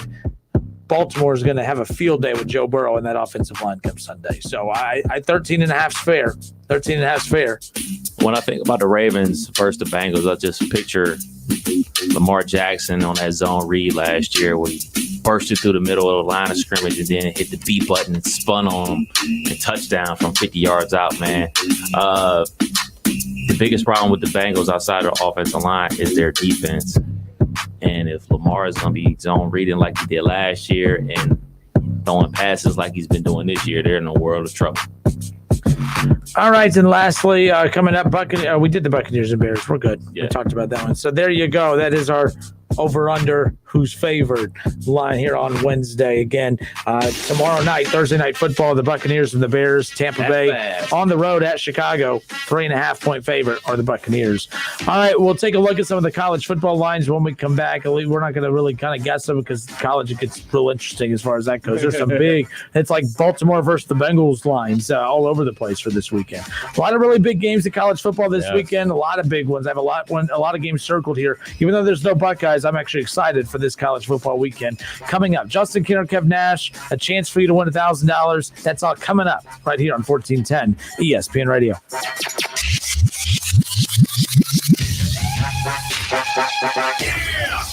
It's the Justin Kinner Show with Kev Nash on 1410 ESPN Radio. ESPN 1410 Wing AM weather. This afternoon will be clear and sunny with a high near 80. Tonight will be mostly clear with a low around 48. And tomorrow will be clear and sunny with a high near 72. I'm Pete Spivak for 1410 ESPN Radio. The Advantage program from Stevenson Service Experts takes the stress out of maintaining your home comfort system. Pay no money down, one low monthly rate, and nothing for maintenance and repairs. The Advantage program from Stevenson Service Experts. Learn more at 866-EXPERTS or StevensonHVAC.com. See website for license details. Napa know-how. At Napa, you can buy a 5-quart jug of Mobil 1 full synthetic motor oil for just $27.99. And as a bonus, you'll score a $10 gift card by mail-in rebate. That's like a cherry on top of the cherry on top of your oil change. So get $10 back by mail when you buy a jug of Mobil 1. Quality parts, helpful people. That's Napa know-how. Napa know-how. General states pricing. Sales prices not include applicable state, local taxes, or recycling fees. Offer ends 10/31/20. Oh, my stomach. Don't worry, I've got you covered. When you have nausea, heartburn, indigestion, upset stomach, diarrhea. What's that? It's Pepto-Bismol Chews. Pepto-Bismol's now in a chew? Yeah, they taste great and provide fast relief. And now you can always have Pepto-Bismol handy. Let me try it. Try new Pepto-Bismol Chews for fast relief. Nausea, heartburn, indigestion, upset stomach, diarrhea.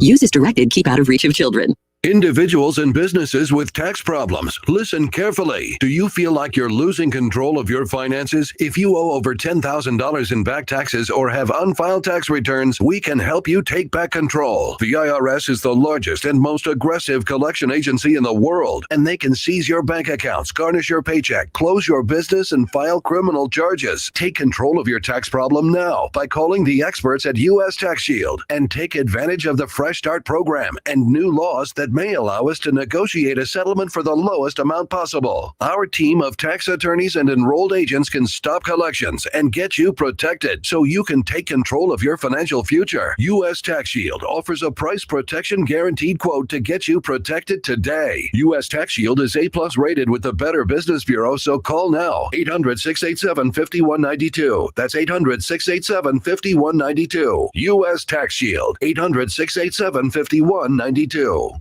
Individuals and businesses with tax problems, listen carefully. Do you feel like you're losing control of your finances? If you owe over $10,000 in back taxes or have unfiled tax returns, we can help you take back control. The IRS is the largest and most aggressive collection agency in the world, and they can seize your bank accounts, garnish your paycheck, close your business, and file criminal charges. Take control of your tax problem now by calling the experts at U.S. Tax Shield and take advantage of the Fresh Start program and new laws that may allow us to negotiate a settlement for the lowest amount possible. Our team of tax attorneys and enrolled agents can stop collections and get you protected so you can take control of your financial future. U.S. Tax Shield offers a price protection guaranteed quote to get you protected today. U.S. Tax Shield is A+ rated with the Better Business Bureau, so call now. 800-687-5192. That's 800-687-5192. U.S. Tax Shield. 800-687-5192. Do you have an old sports program, baseball, photo, ticket, or game-used equipment just collecting dust? Sports Investments wants to buy your sports memorabilia. They're also interested in old sports cards and also buying political, aviation, and entertainment items. Bring your collectibles to Sports Investments and get a fair value on the spot. If you decide to sell, they'll pay you immediately. Sports Investments is the largest buyer of memorabilia and cards in the area since 1993. Sports Investments also feature the best selection of autographed memorabilia, sports cards, and other collectible items for sale,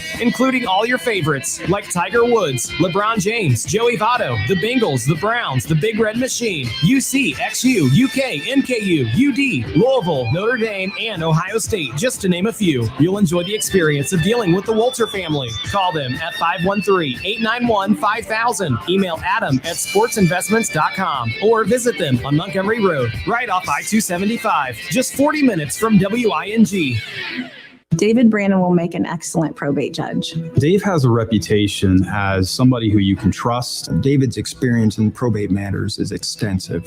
It isn't just that he knows the law, though. It's that he cares and why that matters. David was there for me, and I feel like he'll be there for other families as well. He knows the right thing to do. The guy's one of the hardest working guys I've ever met in my life. Dave Brandon will work hard for the families of Montgomery County. Vote for me for Montgomery County Probate Court Judge. I'm David Brandon, and I approve this message.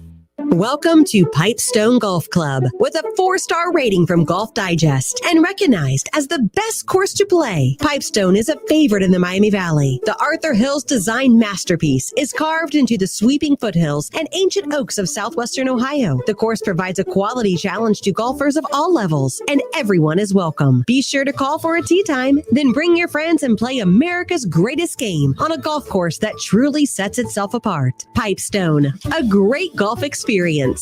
School goes on. Staples has everything to start the year right, no matter where school happens, and all at amazing prices. School on, save on at Staples. Follow ESPN 1410 Wing AM on Facebook to watch the Justin Kinner Show with Kev Nash. Listen, stream, and now watch. It's the Justin Kinner Show with Kev Nash. Weekdays from 3 to 6 p.m. on 1410 ESPN Radio. On Twitter, make sure to give us a follow. Search 1410 Kinner for Justin Kinner on Twitter. That's 1410 KINNER. And ESPN Dayton for the station Twitter handle.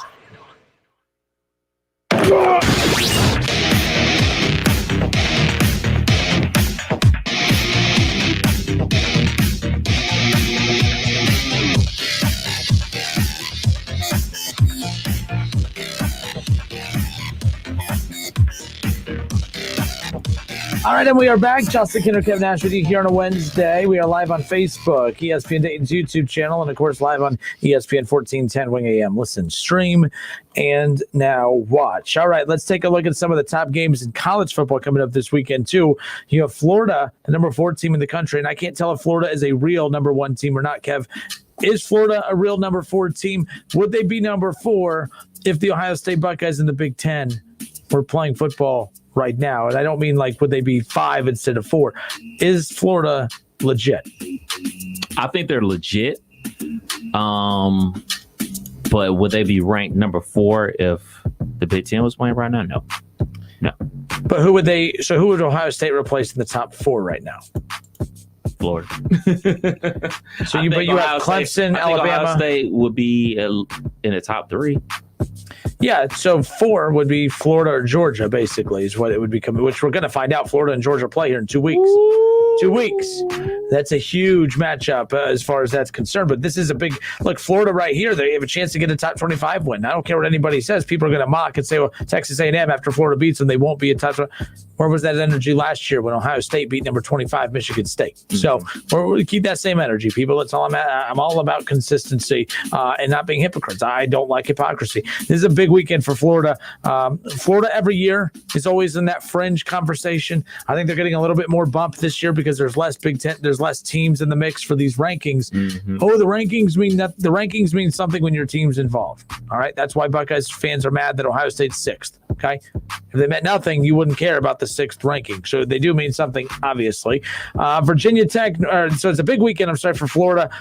We'll see. Again, it doesn't make or break. I mean, they lose, obviously. Okay, if they're out of the conversation, is what it is. A win. I don't agree. I don't think anybody that has one loss is out of it. I've been a proponent of saying that this season is going to be unlike any other. I think this is going to be a season that's very similar to the NFL. Just because you have a loss doesn't mean you're out of it. As long as you can still run the table in your conference, you're going to get in. Like if you can take one loss, but if you're a conference champion from the Power 5, you should still be good to go.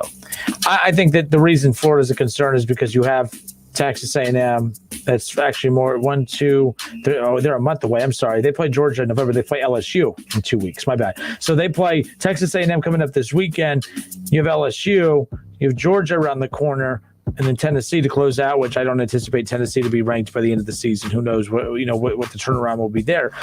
So Florida's going to play enough top 25 teams that they can maybe afford a loss, but that's if they can get to the SEC title game. Right. That's if they beat Alabama. They do avoid Alabama in the regular season, but you still got Texas A&M, you still got LSU, you still got Georgia.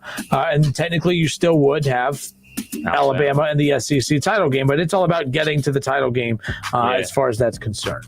So a lot of opportunities out there. Yep, you got North Carolina, who's number 8. They are 2-0. This was a North Carolina team that had a lot of expectations. Mac Brown's done a fantastic job. When you look at some of the future recruiting classes, he's kicked ass as far as that's concerned. I mean, he's pulling recruits from Alabama. He's pulling recruits from Ohio State. Mac Brown's doing a fantastic job for future recruiting classes, class of 2021. I mean, he's doing a great job as far as that's concerned. They're 2-0. They're number 8 in the country. They got Virginia Tech, who's ranked 19th. Again, as long as you're North Carolina, you keep winning, you're going to make things interesting. I don't know how good or bad the ACC is. Right now, it appears to be bad. But if you look at Miami, they appear to be better than what we thought. North Carolina is improved. They're top 10 right now. Will that be the case when the Big Ten teams start, kind of trickling in here? I don't know. But if North Carolina, who's 2-0, they have a chance to get a top 25 win against Virginia Tech here in the early going. They got Florida State around the corner. Again, it's not Florida State of the early 2010s, but they have Notre Dame and Miami to close it out. North Carolina, they do avoid Clemson. North Carolina, they would meet Clemson in the ACC title game if it came to that point. They're actually no, maybe not. It's based off of they could if they're 1 and 2. Yeah. So if you're North Carolina, this is a big game. Every game is big, but you got a top 25 opponent coming up. You still need to remain at the top there. I mean, who knows? North Carolina, if you're undefeated, they'll be really tested against Notre Dame at the end of the year. But if North Carolina, we're not going to know who they are until November 14th and November 27th when you play Notre Dame and Miami back-to-back weeks. Big games. I'm locked in for those. And, North Carolina had a tough battle with BC last week, and that was actually their first game in 3 weeks. They played week 1, and then they were offered 3 weeks because of a bye week, a crazy bye week, and then a game got canceled, and then another game got canceled. So it's like starting, stopping, and people better get used to that starting and stopping during this college football season. LSU at home, 17 in the country. They welcome in Missouri, who's 0-2. LSU a 14.5-point favorite. LSU coming off their first loss of the season. They'll get this win. Look, we didn't anticipate LSU to be able to repeat as national champions. I don't know how good or bad this team is. I don't think you have to worry about Missouri as far as that's concerned. Tennessee and Georgia. Georgia 2-0, number 3 in the country. This is this is what we were talking about as far as that's concerned. But they've already beaten Auburn, number 7. That's a huge win for Georgia here in the early going. Georgia has Alabama in 2 weeks, not Florida. That's the 2 weeks I was talking about. But look at this stretch for Georgia. I mean, you beat number 7 Auburn last week. Got number 14 Tennessee this week. Number 2 Alabama the following week. Kind of get an off week with Kentucky, and then you got number 4 Florida 3 weeks from now. So after that, if Georgia can survive this gauntlet right here of in Tennessee, again, not really a gauntlet, but still a top 25 opponent. All right, but you have Alabama and Florida in the coming weeks. You already beat Auburn. If you can get past Florida, you get to that mid-November mark, you're at Missouri, Mississippi State, South Carolina, Vanderbilt. We'll find out. I mean, Georgia, we're going to know who they are before the end of the season. It's not going to take the full season to know who they are. If they can get to November 7th, undefeated, Georgia's in the college football playoff, because that means they would have beaten Alabama. They would have wins over Auburn. They would have beaten Florida. So that's why this is a huge stretch for Georgia coming up. They don't get to be primed into their season. They're being thrown right out into the fire. Into the gauntlet, man. And I mean, I know Tennessee has a 14 by their name, and we just don't know how good a lot of these teams are right now. They got to rank somebody, and that somebody right now, you get Tennessee. And, they just gave their coach a nice extension after 2 seasons. We're going to see if he's worth that money. Definitely. Georgia, it's an opportunity game for Tennessee. You want to be back. You want it to be like the late 90s and everything like that, with Phil Fuller going to national championship games and everything like that. Prove it.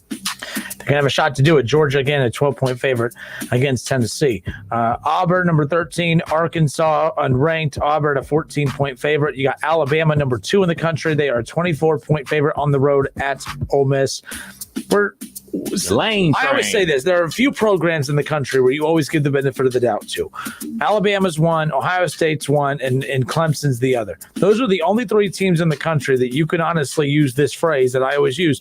I don't need to see them play somebody to know that they are somebody. Mm-hmm. So everyone who's knocking Alabama right now, which they're going to have quite a few top 25 games and wins under their belt before Ohio State even kicks off. Alabama, I don't need to see them play somebody to know that they're somebody. I don't need to see Clemson play somebody to know that they're somebody. And we have that rule for Ohio State. Outside of Penn State, they ain't playing anybody this year. Literally. I mean, they are playing like never mind. The Big on Ohio State's schedule, who are you looking forward to seeing the most? Like outside of them playing Ohio State, who are you looking to check out? You know what I'm saying? Do your own Justin Kenner self-scouting. Penn State, just because I think they're the only other team in the Big Ten that can maybe put themselves in a position to fight for that 4th playoff spot. We know Clemson's going to be 1. Alabama and Ohio State will fight for 2. It's and then there's 3, 4. There's going to be a handful of teams that are competing for that 4th spot in the college football playoff. I like that Ohio State, Penn State play early, because Penn State will have a shot to where, let's say that they lose to Ohio State, they'll have a shot to win out. They'll have a shot to be in that conversation to some of the 1-loss teams competing for that 4th playoff spot. So in Penn State's best thing they could do is lose to Ohio State close. Don't get blown out by 30. Don't get blown out by 28. All right? Live in that 2-possession range. No, get blown out. Ohio State, their goal is to blow them out. But if you're Penn State, your goal is to win, but your goal is to not get embarrassed. Penn State has been getting embarrassed by Ohio State, Wisconsin, everyone's been getting embarrassed by Ohio State. That's why the conference, it looks worse than they are, because Ohio State's just that much better than everybody else. As far as that is concerned. In the early 2010s, this matchup would have been just literally must-see TV. Florida State, your Florida State Seminoles, on the road at Notre Dame. How about this? Notre Dame a 20.5-point favorite, over under 52. You better get up on that. They're going to put up. It's going to be like 52-10. They're going to smoke the Noles. Sorry. Just is what it is. That much faith, huh? Hey, man, I'm a realist, man. I don't sugarcoat nothing, man. Like, it is what it is, man. We not good right now. All right. I got nothing. And then the game, get smoked. The game of the weekend that I'm really looking forward to. We're going to really learn. I mean, Miami has a huge shot here. Miami can turn the college football world upside down this weekend. Miami can really turn around the college football world, because Miami has a chance to do a couple things. Miami has a shot to give Clemson a loss, which would be huge. Clemson has 1,002 straight regular season wins against the ACC, right? So Clemson, let's say Miami beats Clemson. They're number 7. Miami's number 7 in the country. Miami would accomplish 2 things. Knocking off Clemson, which would turn the college football world upside down, but it would also signify they're back. The U is back. Even if it's for 1 week.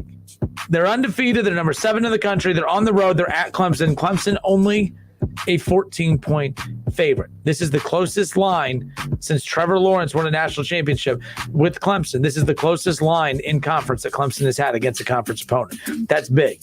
That shows the gap has been closed a little bit between Clemson and some of these teams. I don't know if Miami's for real or not, but we're going to find out. We're going to find out. And I guarantee you Tate Martell's kicking himself, because I don't think that once you're a Hurricane, you're always a Hurricane as far as that goes. But Miami, imagine if they pull it off. They can't pull it off. This would be huge. You know, you and I have been talking about college football behind the scenes, on the mic, off the mic for a while, and you've been steadfast saying Clemson's going to play Ohio State for the national championship. And I've been doing my own little self-scouting on the beloved Clemson Tigers. Their offense is still good. Matter of fact, their offense is still smoking hot. Their defense is not the same as it was. Their linebackers aren't. You know how like we look at Ohio State linebackers and say like, they're all right. They could be a lot better. These aren't the Schlegel and AJ Hawk linebackers that we're used to. These ain't the linebackers that they used to playing with. I am very concerned. If I was a Clemson Tiger fan, I'd be very concerned about this game. I would be very concerned about facing De'Aaron King, and the U has 2 tight ends. Your linebackers are suspect. I would be very concerned if I'm a Clemson Tiger fan. I'm not calling for the upset, but this is, you know, I'm going home to Cleveland to see my mom and my grandmother this weekend and go see the in-laws and everything like that. But I told the wife, I was like, look, we're going to do everything. We're going to do everything. But 7:30, we're at the hotel. Well, at least I'm at the hotel. I'm watching this game. This is like the first game of the season. Like, yo, I have to watch this game. Last week, we had a decent game, a decent matchup with Georgia and Auburn. I was halfway in, halfway out. But this game right here, I have to be at the hotel in front of the TV with some beer, with some pizza. If you and your sister want to go somewhere, go ahead and knock yourself out. Take the nephew with you. Don't leave him here with me. I'm watching this game. This is must-watch TV for me. It's definitely going to be must-watch, and I think that the ACC is much improved. It's better than we anticipated coming in. Mm-hmm. And I will say this whole talk, I mean, Clemson's going to play a tougher schedule than Ohio State. There's no doubt about it. And then going, Clemson beats Miami, and when they beat Notre Dame, and when they beat North Carolina, Buckeye fans, you do not get to open your mouth and argue about who's the number 1 team in the country. Because if Clemson runs the table in the ACC, that is more of an accomplishment than beating Indiana, than beating Maryland, than beating Rutgers. Let's just be clear. Penn State will be a good game for Ohio State, but that's the only game in 2 months that Ohio State will play that'll mean anything outside of the rivalry game. And let's be honest, we romanticize that Ohio State-Michigan game. It is not what it used to be. It is still the biggest rivalry in sports. You still hate them because of who they are, not what they are. You hate them because they're Michigan. You don't hate them because they're good, because they're not. And that's the bottom line. So Ohio State's schedule is trash. They will not be tested. And this goes back to what I said earlier about you don't have to play somebody to know that there's somebody. But with that being said, when it comes down to ranking time, Clemson will be the number 1 team in the country. And I still think that's why they're my team. I picked them. Never mind. It's too early in the season to be angry at people. But Clemson is the real deal. Clemson is the real deal. We're getting some take Clemson big. Maybe. I still think this Miami team is better than the Miami that's been back. You know, this is a much better Miami team, mainly because they have a quarterback. Yeah, they have a quarterback. De'Aaron King is legit, man. Like, telling you, man. Like, if you watch anything that he did at Houston, he was a show. He put on a show, and he's that caliber of quarterback that can put on a show. I don't think he's an NFL quarterback, but he's a guy that can put on a show and can be electrifying, and not just with his legs. He can throw the ball. And like I said, the Clemson linebackers, eyes on you, buddy. Eyes are on you, because if you come up too fast in that zone read, he's going to pop it right over your head to one of them tight ends. They got 2 tight ends that are going to play in the NFL. That's a fact. Those linebackers for Clemson, they're not playing in the NFL, and they're going to attack them. David Shaw says the U blah blah blah. Heard it too many times. This is coming from a Michigan fan, so I find that very funny. I mean, they're the Michigan of the ACC as far as I'm concerned. Andrew on Facebook Michigan ain't that bad. Michigan ain't that bad. Huh? Michigan's not as bad as Miami, dude. Miami's at least been to a national championship in the last 2 decades. Yeah, but overall, like Michigan's always at 9 wins. What do they won? Michigan's always at 9 wins. You know who has low standards like that? I'm just saying. Miami ain't at 9 wins. They be struggling to get to 7. You know what, though? They got that national championship. That's all that matters. That's all you can ask for.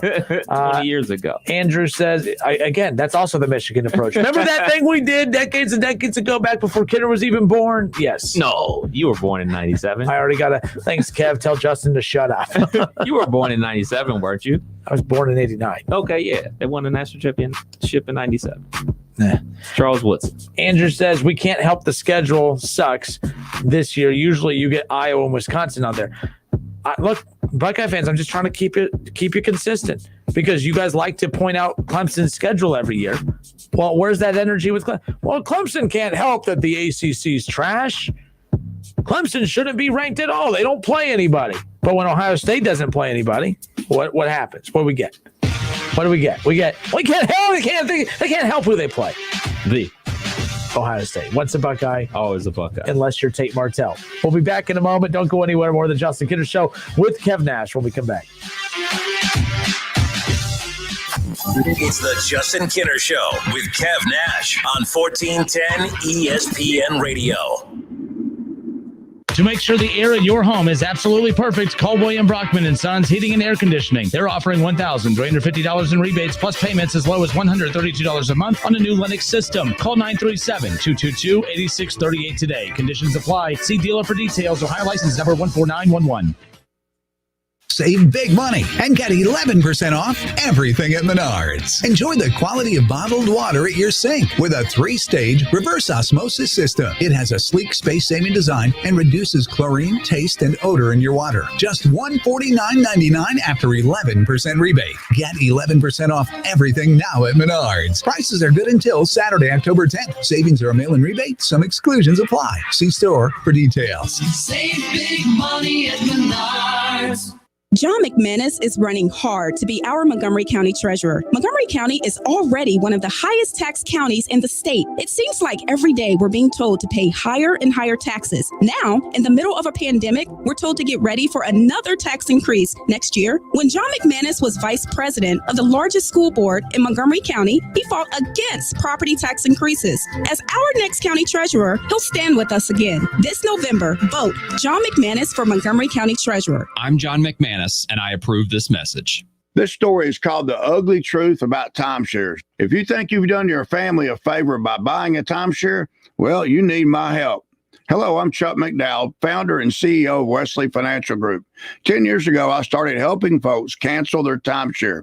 And the process started what's now called the timeshare cancellation industry. Timeshare is the only thing that you can buy that you can't tell me how much it's going to cost or when it's going to end. When you buy a timeshare, you give them a blank check to fill out any amount they want for annual maintenance and assessment fees. Sounds crazy, right? Well, the crazy thing is this never ends. Stop the insanity today. Call my office now. I guarantee if we can't cancel your timeshare, you'll pay nothing. Were you lied to when buying a timeshare and want out? Get the facts about timeshare cancellation. Call Wesley now for your free information kit. 800-384-3434. 800-384-3434. 800-384-3434. Making it easier for you to get the frickin' chicken. Remember Frickers.com. That puts you in touch with everything you crave. Frickin' chicken wings, burgers, ribs, salads, wraps, everything you crave. Should you crave an ice-cold domestic draft beer? Join us and dine in. We have a 48-ounce personal pitcher for only $6. Dine in,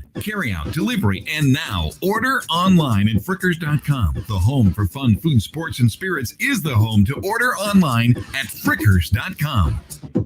When I say Central Ohio's premier link-style golf course, what do you think of? It should be Windy Knoll Golf Club in Springfield. What used to be a world-class horse farm is now a stunning link-style golf course, complete with full-size steel horse sculptures and black rail fencing all around the course. And it's open to the public. Windy Knoll offers a challenge to golfers of all levels. Outstanding course conditions add to a truly exceptional golf experience. Get your friends together and come out and play at Windy Knoll Golf Club in Springfield.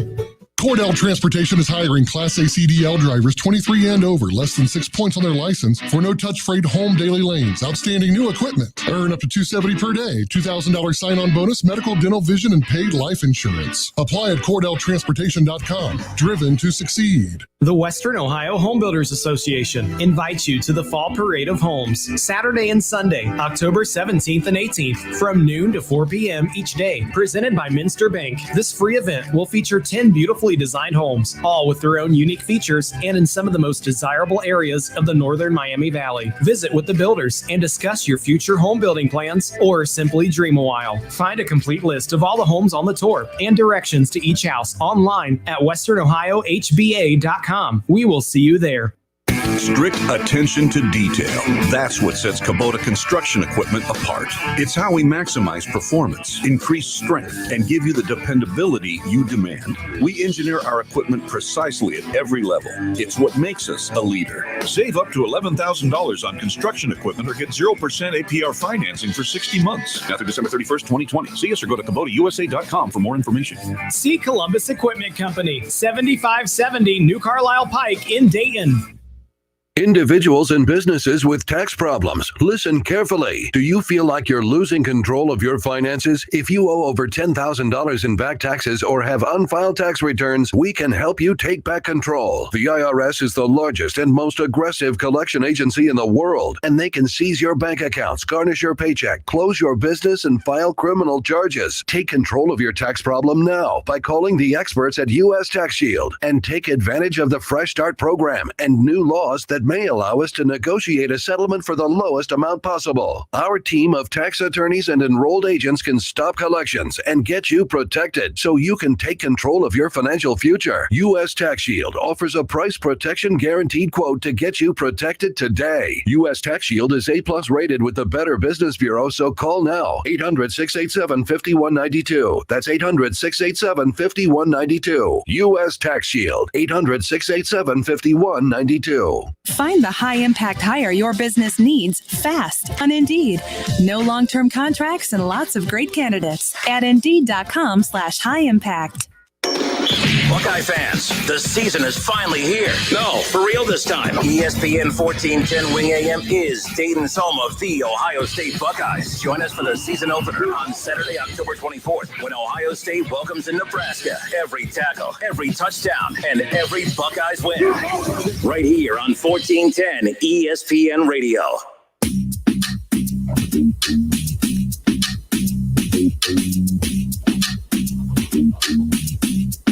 All right, and we are back. Justin Kinner, Kevin Nash with you here as we close things out today. Again, we're with you every day from 3 to 6 p.m. The Justin Kinner Show with Kev Nash, Monday through Friday, 3 to 6 p.m. More Facebook reaction. The ACC is trash always. The Big Ten has a losing record to the ACC. In fact, the ACC is the only conference that the Big Ten has a winning record against is the Big 12. That's like pretty impressive, actually. Like that. Who said that ACC was trash? Andrew on Facebook. Andrew on Facebook. Explain to us why ACC is trash. Because the ACC has 3 national championships in the last 10 years, and the Big Ten has 1. And they've had multiple teams win those championships. Right. They've had multiple dynasty type teams. I mean, you had your team, Florida State, and then Clemson's got 2. So as far as that goes, again, we're not beating up. Ohio State can't help it. I'm just saying, Ohio State is. I've said it a million times. You don't have to see Ohio State play somebody to know that they are somebody. Andrew also says that Miami and UNC are. He says Miami and UNC are trash.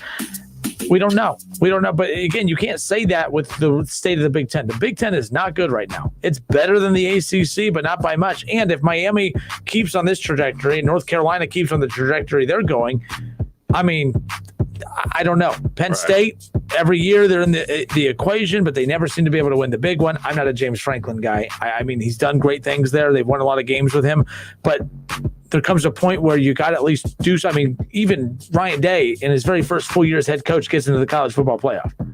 Like, Ryan Day has done more for Ohio State from that regards than James Franklin has done for Penn State. Now, James Franklin did turn the program around following the mess that it was, trying to get back on his feet following the Joe Paterno mess and everything along those lines. But, it is what it is as far as that's concerned. But Ohio State, they don't play anybody this year. They don't play anybody. Clemson will end up facing tougher opponents than Ohio State. I don't know. All right. That's all we have for you. Have a great night, everybody. We'll do this again tomorrow. Real quick, we'll send you out with this, a shot for you to win $1,000. It's our ESPN Dayton hashtag. We want to get paid. cash contest. Head to wingam.com and enter the winning word thread, THREAD. Enter the winning word thread at wingam.com. It's another hour. We have another keyword. You have another shot to win $1,000. It is that simple. It doesn't cost you a thing other than a few seconds of your time. Enter the winning word thread at wingam.com to give yourself a shot to give yourself a chance to win $1,000. Have a great night, everybody. Until tomorrow, it's been the Justin Kinder Show with Kev Nash on 1410 ESPN Radio.